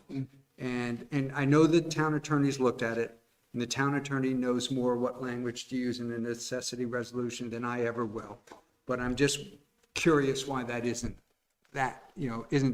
If I'm a resident who's voting for this, I would think they would, or I would want to know, is the town doing what they consider to be the most cost-effective approach to getting a new ambulance online? So that's. I don't know the answer to that, Jeff, but I agree the reason. So we are financing over 7 years, but the ambulances we actually keep for 8 years. So the new ambulance becomes the primary for 4 years. Yeah. Then it's the secondary for 4 years, and then another new ambulance will come on. But after 8 years is when we find that the repairs and maintenance on a vehicle is prohibited because of the mileage inherent thereon. Yeah. I know kind of the industry standard is 7 years for the ambulance for financing an asset like this. So certainly it can last longer, but kind of our best practice for replacement falls to that 7 time. my question just becomes, do we want to build that term cost-effective into the resolution? And just something to consider. Do you need this signed tonight, or? It can, you know, it's not critical to be signed tonight, so if you want me to run that, if the board wants to run that by the town attorney, I can run it by and just. Since you offered. Stop by to sign it down. Yeah. Yeah. So the will of the board to not adopt this tonight? Yeah. Sure. Okay, so we'll move on to the town meeting warning. Carrie, just thinking on process there, if you, probably adopting on February 1st is going to be too late because the warning has to be adopted, and this is part of the warning. The board could entertain a motion to adopt this per the town attorney's final review with that item there. Then the board could sign it if there's any changes. That would be better Just solution. to save you from calling a special meeting here. Sure sounds like I should make the motion then, since I caused it. I'll move to adopt a necessity resolution, help me out here, With amendment. as reviewed by the town attorney, and as presented, no, sorry, I'm going to strike what I just said. Move to adopt a necessity resolution as reviewed and anything, or just reviewed, fine? As presented and reviewed. As presented and reviewed by the town attorney for the issuance of indebtedness, I'm not going to be able to say that right, in order to finance the purchase of a new ambulance. Second. Any discussion on the order? Thank you. All those in favor, of the motion say aye. Aye. Aye. Any opposed? Town meeting warning. It's not the penultimate, it's the ultimate piece of all this. I've been built to find all these components tied into the town meeting warning. I've shared a draft with the board the last couple of weeks. I've got a final version of it to consider tonight. One piece is the legislature and the governor did sign on Friday the law that would allow, same as last year, for a fully remote virtual hearing as opposed to an in-person component of town meeting. I've made this draft for consideration reflective of those elements. It would be the same structure we had last year for a town meeting. Should the board want to move forward with this approach, we can talk about the logistics as we get closer. Should the board may want to meet in this room but have the engagement all virtual, so we didn't end up with a room full of people, or the board could join from home, or some board members could join here, but however you want to logistically structure it, the big thing would be to whether to be in the gym or not be in the gym. And this reflects not being in the gym at all, or the auditorium rather. Any thoughts on this or questions for Eric?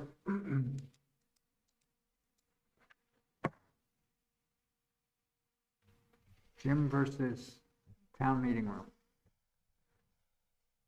I mean, so it's not really, I mean, we're going to do it, I mean, virtual primarily. Like, we may be in attendance, but there will not be community members in attendance. Exactly. The Either public, way, wherever the we public meet. would have to join remotely. No, Yes, okay. or no matter where the board wanted to. So I don't particularly care where we meet. It's probably logistically easiest to do it here because all the equipment's here, right?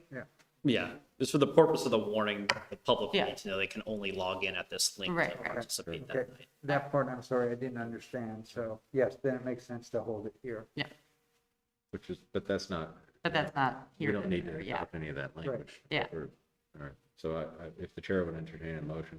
Yes.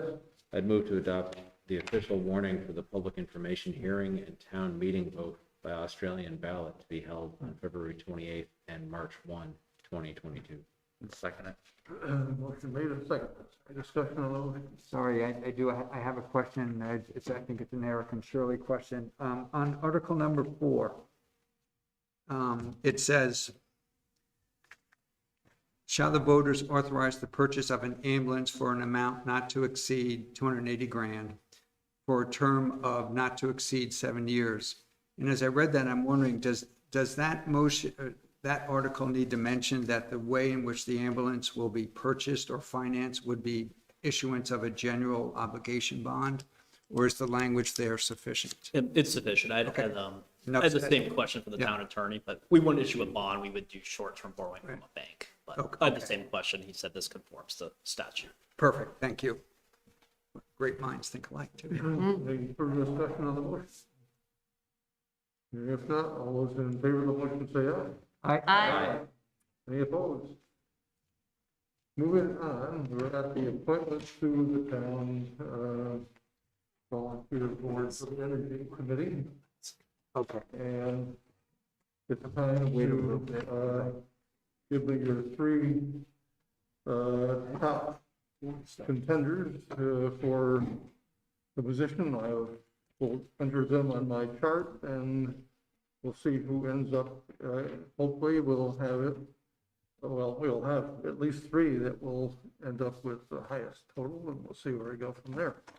So who would like to start off with their three? I can start. Maria Gingras, Matt Wood, and Sharon Gutwin were my three. Tell me the second one. Matt Wood. Yes. So Gingras, Goodwin, and Wood. Okay. Those will go right around the table. Gordon. I also had Gingras, Wood, and then I had Gibson. Okay. I had Ted. Maria Gingras, Andy Herberg, and Dar Gibson. Give me the third one. Dar Gibson. And Jeff. Well, unfortunately, when I say I have just two, it doesn't mean I won't have three, but I'm going to start with the two, which is Maria and Dar. And it's because of, they just bring what I think is incredible experience, and one of which it's almost like it's a PhD of experience to the committee. And that's wonderful because I think having that technical capability on that committee will be very helpful. The reason I'm having trouble with the third person is because I'm thinking this is somebody who I want on some other aspect that they can bring, not a technical aspect. And that's more difficult for me to evaluate amongst all these candidates, all of which I could choose. So where to go with that fourth candidate? And I'm really, really struggling with that because I don't know how to choose one over the other. What is it? One over the other five. Well, it's okay. We only have two people left at this moment. We have Gibson and Gingras. That we all agree on. That got the most votes. Maria got 5, Dar got 4. Gonzalez got 0, Goodwin got 1, Herbert got 2, Roy and Quinn got 0, and Wood got 2. So we have a decision to make between, it looks like, Herbert or Wood. I'm sorry. I was not, Wood was in the running for me, so it's not like I'm opposed to Matt Wood's candidacy in any way. So I was thinking Andy Herberg because I liked what he said about being in marketing and using it to convince customers that they were the best partner they could have. And he noticed the business insulation goal was lower. I also liked the fact that Matt Wood had a lot of outreach and experience that, if not directly relevant, was also close to being directly relevant. Yeah, that's what appealed to me about Matt as well, is that, you know, I think although his areas of scientific expertise were not necessarily, you know, par for par on items on the energy plan, I feel that ultimately, you know, there's some opportunity for kind of thinking outside the box for additions to, you know, things. And he had some good ideas with that, but also I think bringing the piece of education and whatnot to the committee would be really helpful. So I could go with that one. Other thoughts? I'm happy to concur. I liked what, you know, when he said, you know, I've had to present complex and controversial issues in public hearings. And at first I'm like, yes, so, but then he explained about how that helps him be an advocate for what it is the committee comes up with and being able to help explain that to the public. So again, and I was wrong. We have one person to choose out of 6 remaining candidates. That's always tough to do, especially when there's nobody here I think I would say no to. I'll go back to that question I asked because it was kind of a loaded question because they all passed the test. So I'm not looking for anybody to come in with their own agenda. I'm looking for a team player, and I think a lot of things can be done in parallel. And I think, you know, Matt spoke to that as well as others. But I do think, you know, everybody had definitely things to offer. So that was not an easy choice to pick 3, let alone this last one. But he was on my list. So I'm sticking with that too. It sounds like we have 3. It does. It looks like the consensus is to, for Wood, Gingras, and Gibson. And I would suggest that since we did alphabetical order on the last people that we appointed, that we do reverse order on this time. For recommending Wood for the 22 appointment and the other 2 for the 24 appointments. So I need a motion to that effect.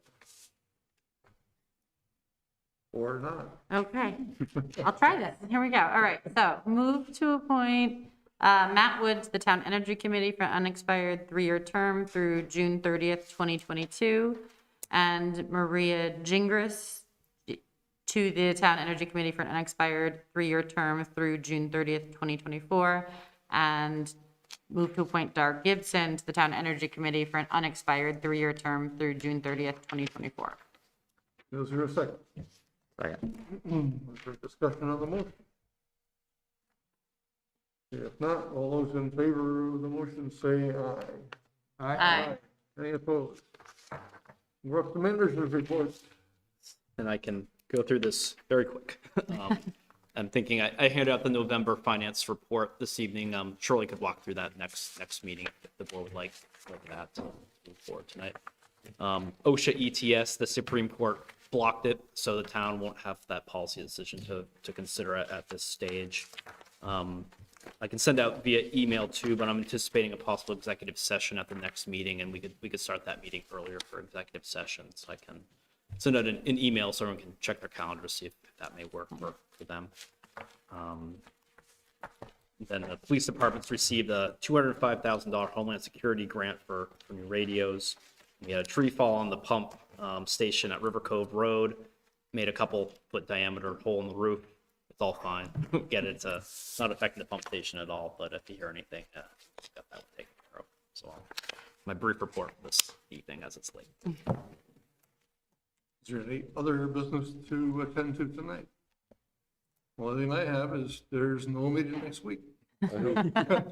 Just one quick thing for me. Similar to the discussion about the firefighters, once the town meeting is done and we know if the budget has been adopted or not, I would like to have a discussion about whether to fund the energy planner starting in fiscal year 2022 versus 2023. I think the appropriate time for that would be at our next meeting.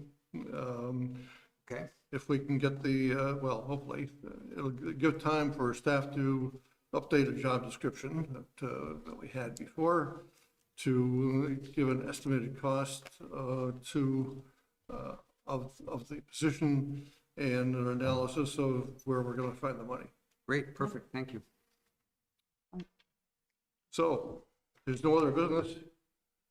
I'll call it, we're adjourned. I don't know what I'm gonna do with my Tuesday night. The only thing keeping me off the streets. The warning and the mask rule are certain.